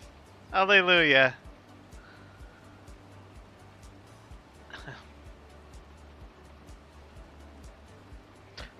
Let's see if this rapid unloads. I have a feeling that this harvester has a rapid unload. I could be wrong. Let's see if we can help him out a little bit here. Just come on. What are you doing?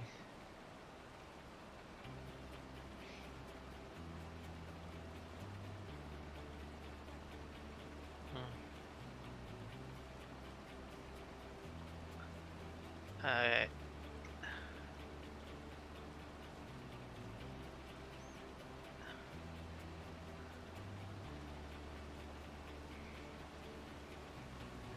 Let's fold and unfold.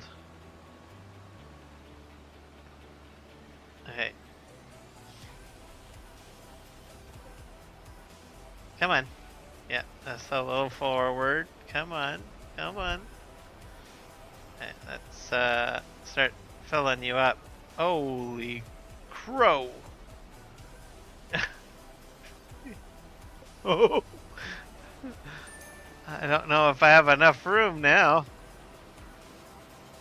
I wonder if that's one of my smaller trailers. I filled up pretty quick. I just hope I got enough to finish this off. It took about half of my load, so I'm good. You have a good food option close to you. Living in metro area, access to basically any kind of food. It's like melted pot. Not really that I'm aware of. There are a few new pizza places that have come in recently that I'm still yet to try. So maybe.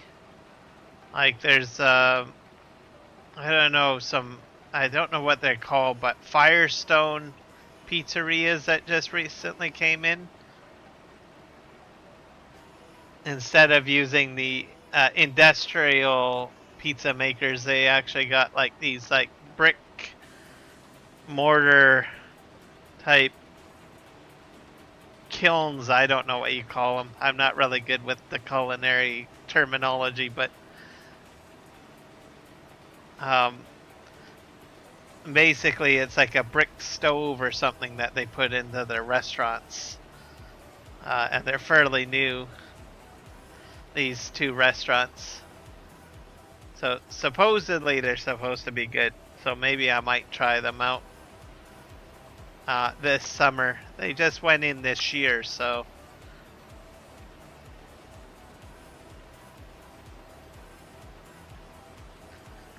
yeah, brick oven. That would be it.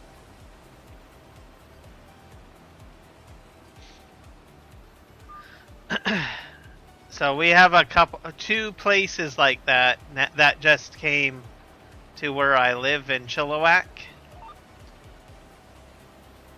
Whether they're really good, if they're good or not, I don't know, because they're too new. So, like the restaurants that you're describing, there's like how do you put it? Like a tradition behind it, right? And there's a story, and they've been doing it for a long time. So as for these folks that came in, I don't know what their history is or whatnot. So they might be saying like brick oven pizza, but it may not taste very good. So getting that.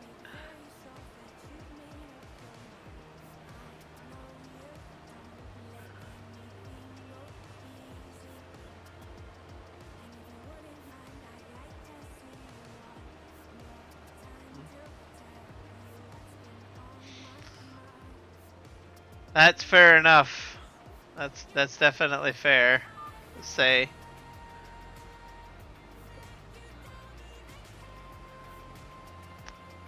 Well, the other factor of it too is like whether they actually have an appreciation for what they're doing too, right?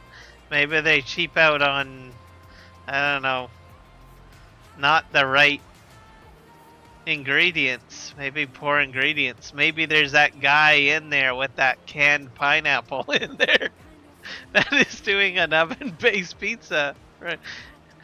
That's the best example that I'm trying to use, but you probably get my point, right?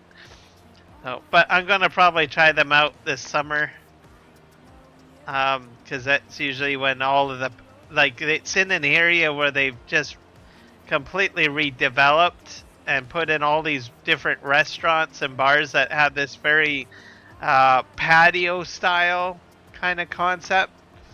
Like there's a whole block that they put in of these different restaurants and bars, and these pizza places are kind of smack dab in the middle of them. So once the summer time comes out, I'll probably go into that area and try some of the different foods that they got in there.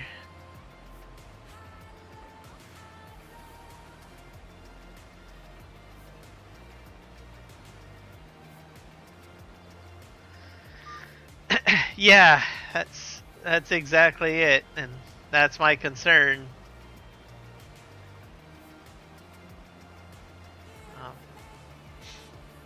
Because sometimes people get fooled, you know. They see, okay, oh great, it's brick oven pizza, right? And they say this is gonna be really flavorful. But then they use the wrong ingredients or cheapo ingredients or bad cheese or something. And then you're like, well, this isn't really what I was looking for.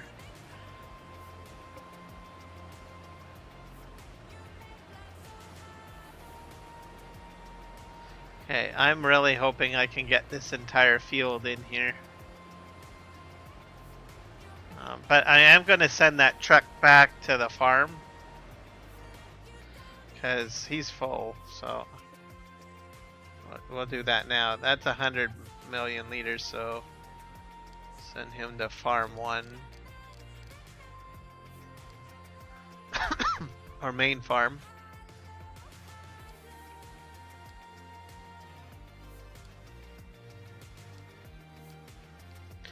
You can just do your thing.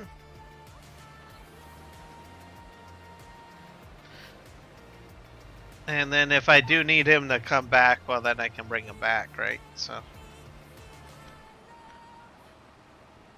but I might be able to fit all of this in here.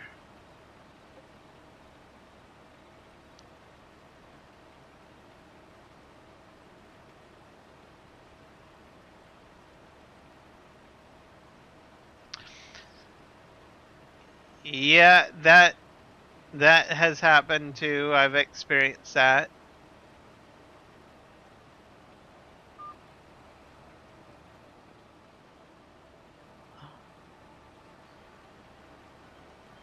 I experienced like top-notch surface with a rotisserie place that we have in Canada. It's a franchise. I don't think they have it in the States. I think it's Canada only.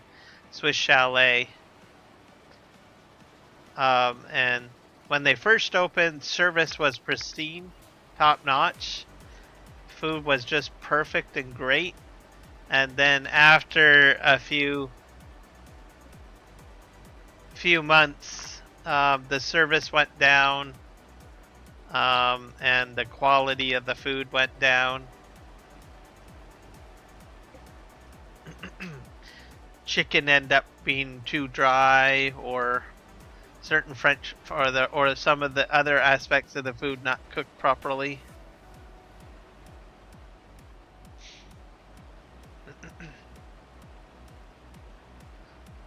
But it's not always necessarily the food. Sometimes it's just that they're not treating the staff right. Usually in the beginning, all the staff members are treated right, or they have the right staff. but then they let go of the good staff, and then they have bad staff come in, and I don't know.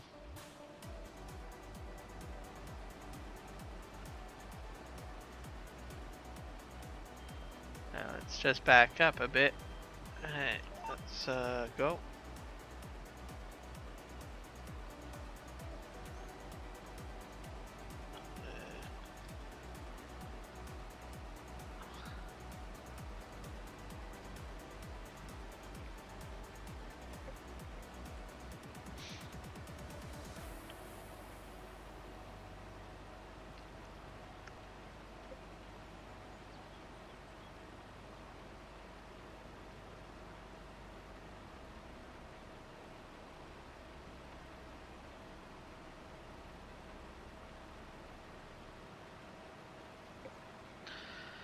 So, I got about 10 minutes, so hopefully I can get as much of this done by then. I've got a truckload of parsnips going back to the farm, so even if I don't get all of this done, I'm definitely going to try to dump those parsnips a wee bit into the soup factory place.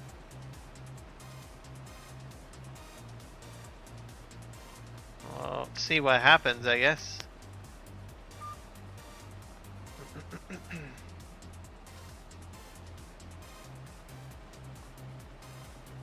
As I'm not exactly sure how it's all going to work. I should probably check Discord because I put in the question, what's going to happen? It says, yes, Kiram, they'll go to your own soup factory. That's where it's asking to take them. Yay! Alpaca 78 Billy answered my question on Discord. So I now know what's gonna happen. So that's kind of new. So I was kind of concerned he wasn't gonna answer my question. Or someone wasn't gonna answer my question.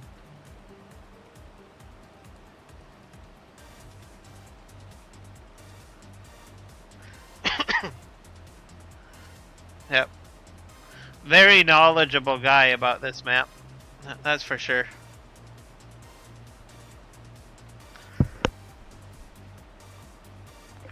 Hey.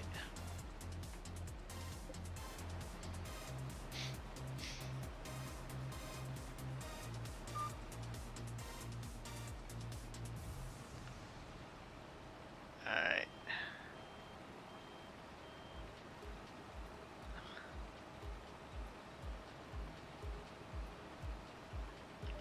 Alright, we're gonna fly to the other end here. We go.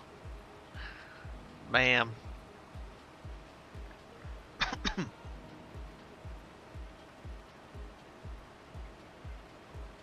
I might get all of this in here.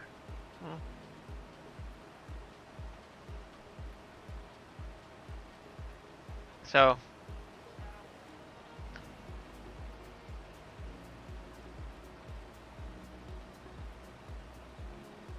I liked his answer too because he didn't give me what the final result would be. So he left a little bit of mystery.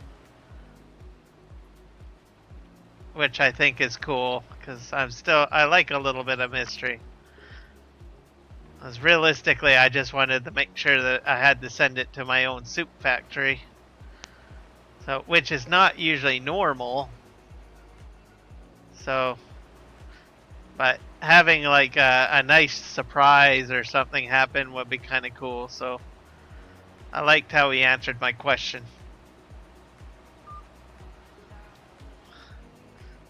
Without divulging the mystery of what will happen.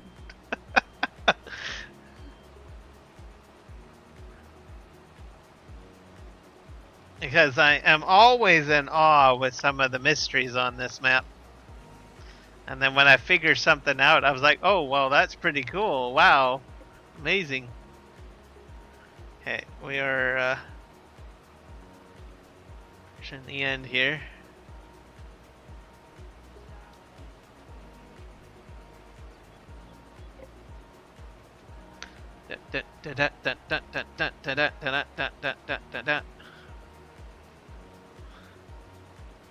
So I don't know if I went with that other harvester. Oh, there it reached the farm. So I'm gonna just keep on harvesting this, and then we'll get to right to the hour, and then I'll just jump over to the truck and move it over to the soup factory and see what happens. So I'm just gonna keep on harvesting along here till we reach the hour, and then I'll probably maybe go about 5 minutes over the hour just to do the truck part. So we'll see how much of this we get done here. There we go.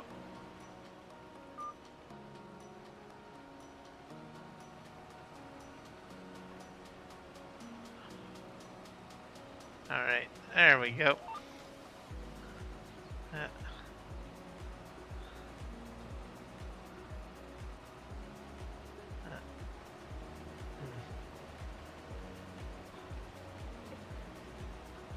Dun, dun, dun, dun, dun. There's some electronic dance music going on here. Some nice beat. Now, I was starting to look at some other music too today, just before the stream. So I gotta some more.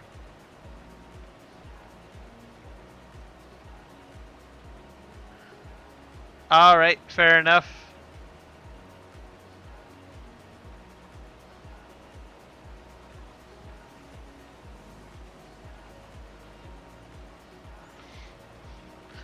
Oh, I'm gonna be here probably about 5 after the hour, I think.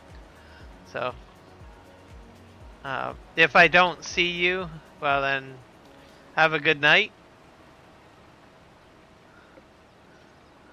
I'm definitely gonna try to unload the truck to see what happens. How long that's gonna take me, I don't know. I don't think very long, but. There we go.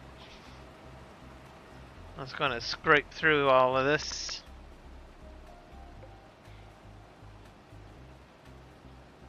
I'll probably have to bring the truck back here after I unload, because I am up to 81%.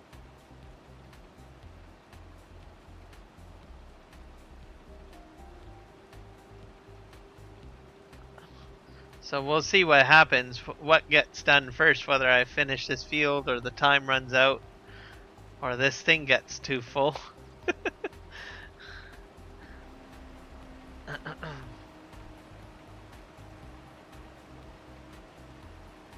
I have a feeling this might get full. I got 5 more minutes before I switch to the other vehicle.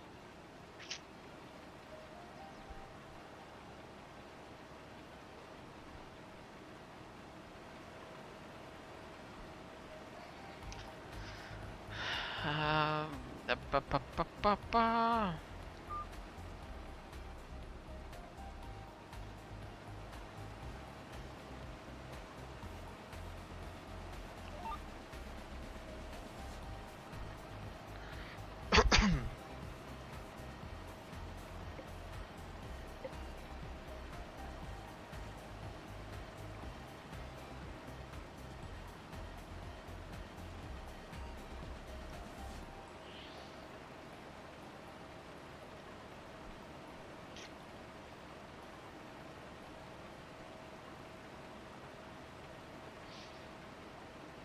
%.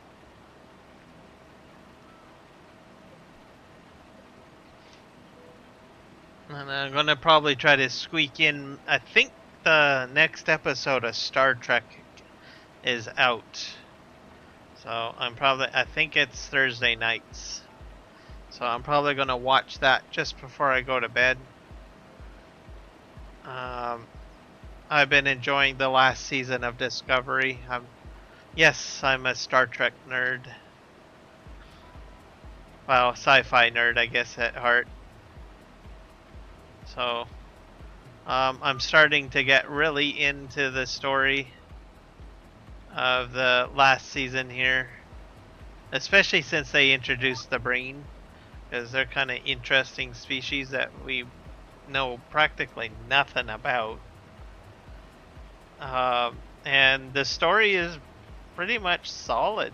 I mean, it's not like overly forced or anything, so it feels like they finally got their act together. But the sad thing is, it's the last season for Discovery. But on a plus note, since they learned how to do Star Trek again, Strange New Worlds has been good. That show definitely has its act together.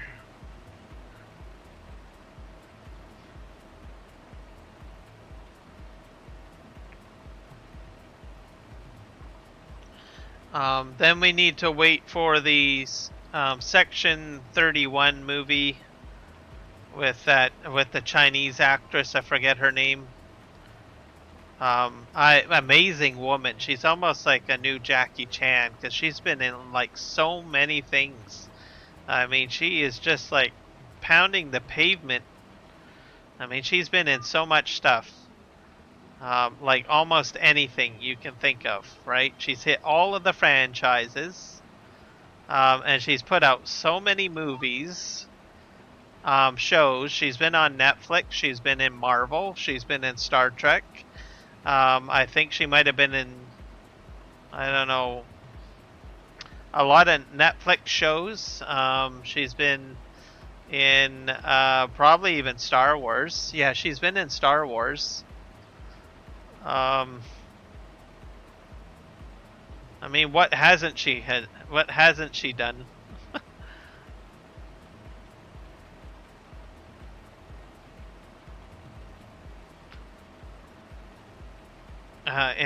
You know, you see all of this stuff popping out, and you're like, "Wow, was she like Superwoman?"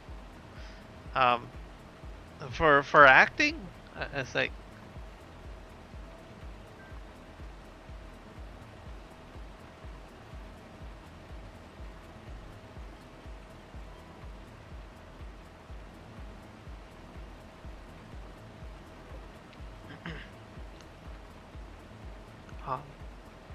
She's done a lot of Asian shows as well, of course. She was in Crouching Tiger, Hidden Dragon. And then I think for some reason we didn't see her for a long time after that. And then all of a sudden she just resurged out of nowhere. I mean, it's not to say she wasn't doing anything, but she just was probably doing content that just or shows that just didn't make it into North American markets, maybe. I don't know, but all of a sudden she just hit North American markets by storm. So I think it was the Crazy Rich Asian movie that really just set her on fire. Is my guess. Okay, we have hit 12, so I'm going to go ahead and park this machine. We're going to go and empty out that truck and see what happens, because that's what we want to know.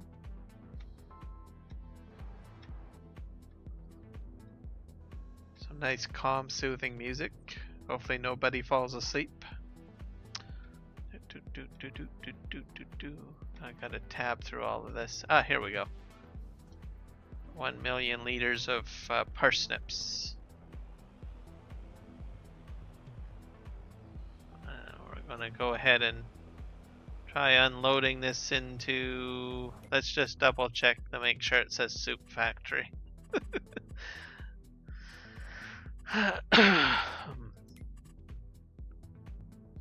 Plowing contract is done, so I can probably collect that.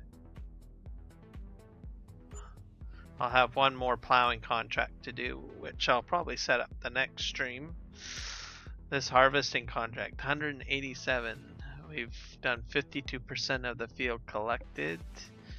It says Soup Factory. Off we go.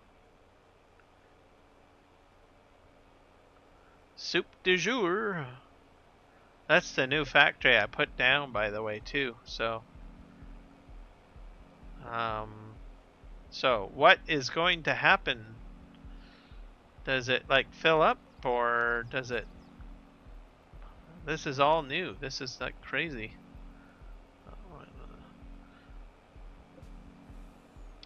The grand, exciting experiment. Whoa, almost jackknifed.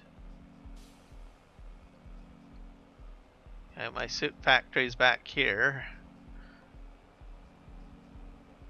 Oh, I'm gonna see what happens. Here we go. The Feast de Resistance. Okay, it's empty. I have no money going up, so hopefully it takes it all.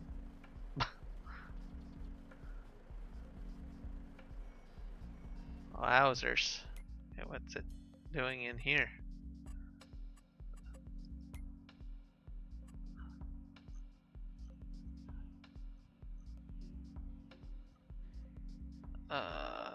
Let's see, soup factory.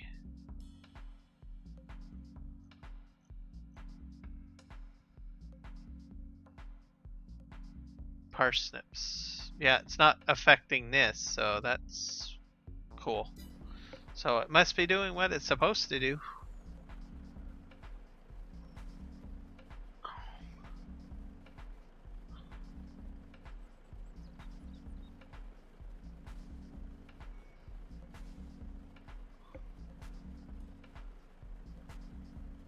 It should tell me how much percentage is done.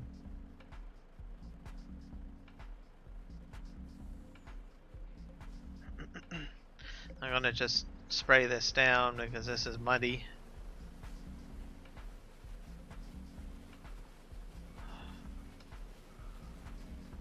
This is great.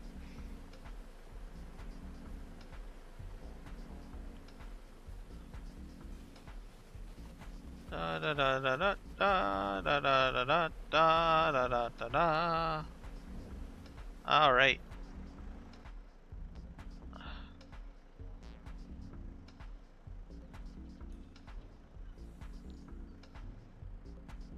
Let's see if it gives me any specific details on delivery. Details on delivered 1 million liters. So, yep. Delivery progress is 21%. Field progression is 62%. So, yep. You send it to your soup factory, folks.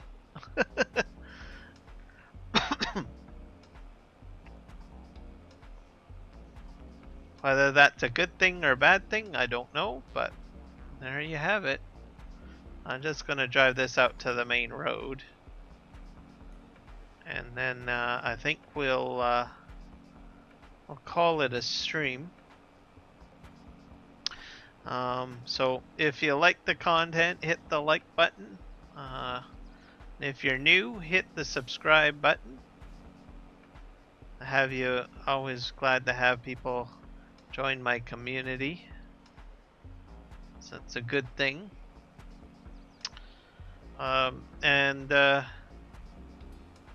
If you hit the like button, it also gets my live stream out onto the interwebs a bit more, and helps with Extra Life Kids, because more people will be able to see it. They might be interested in donating as well. If you wish to donate, like I said, I'm trying to raise about $1,000.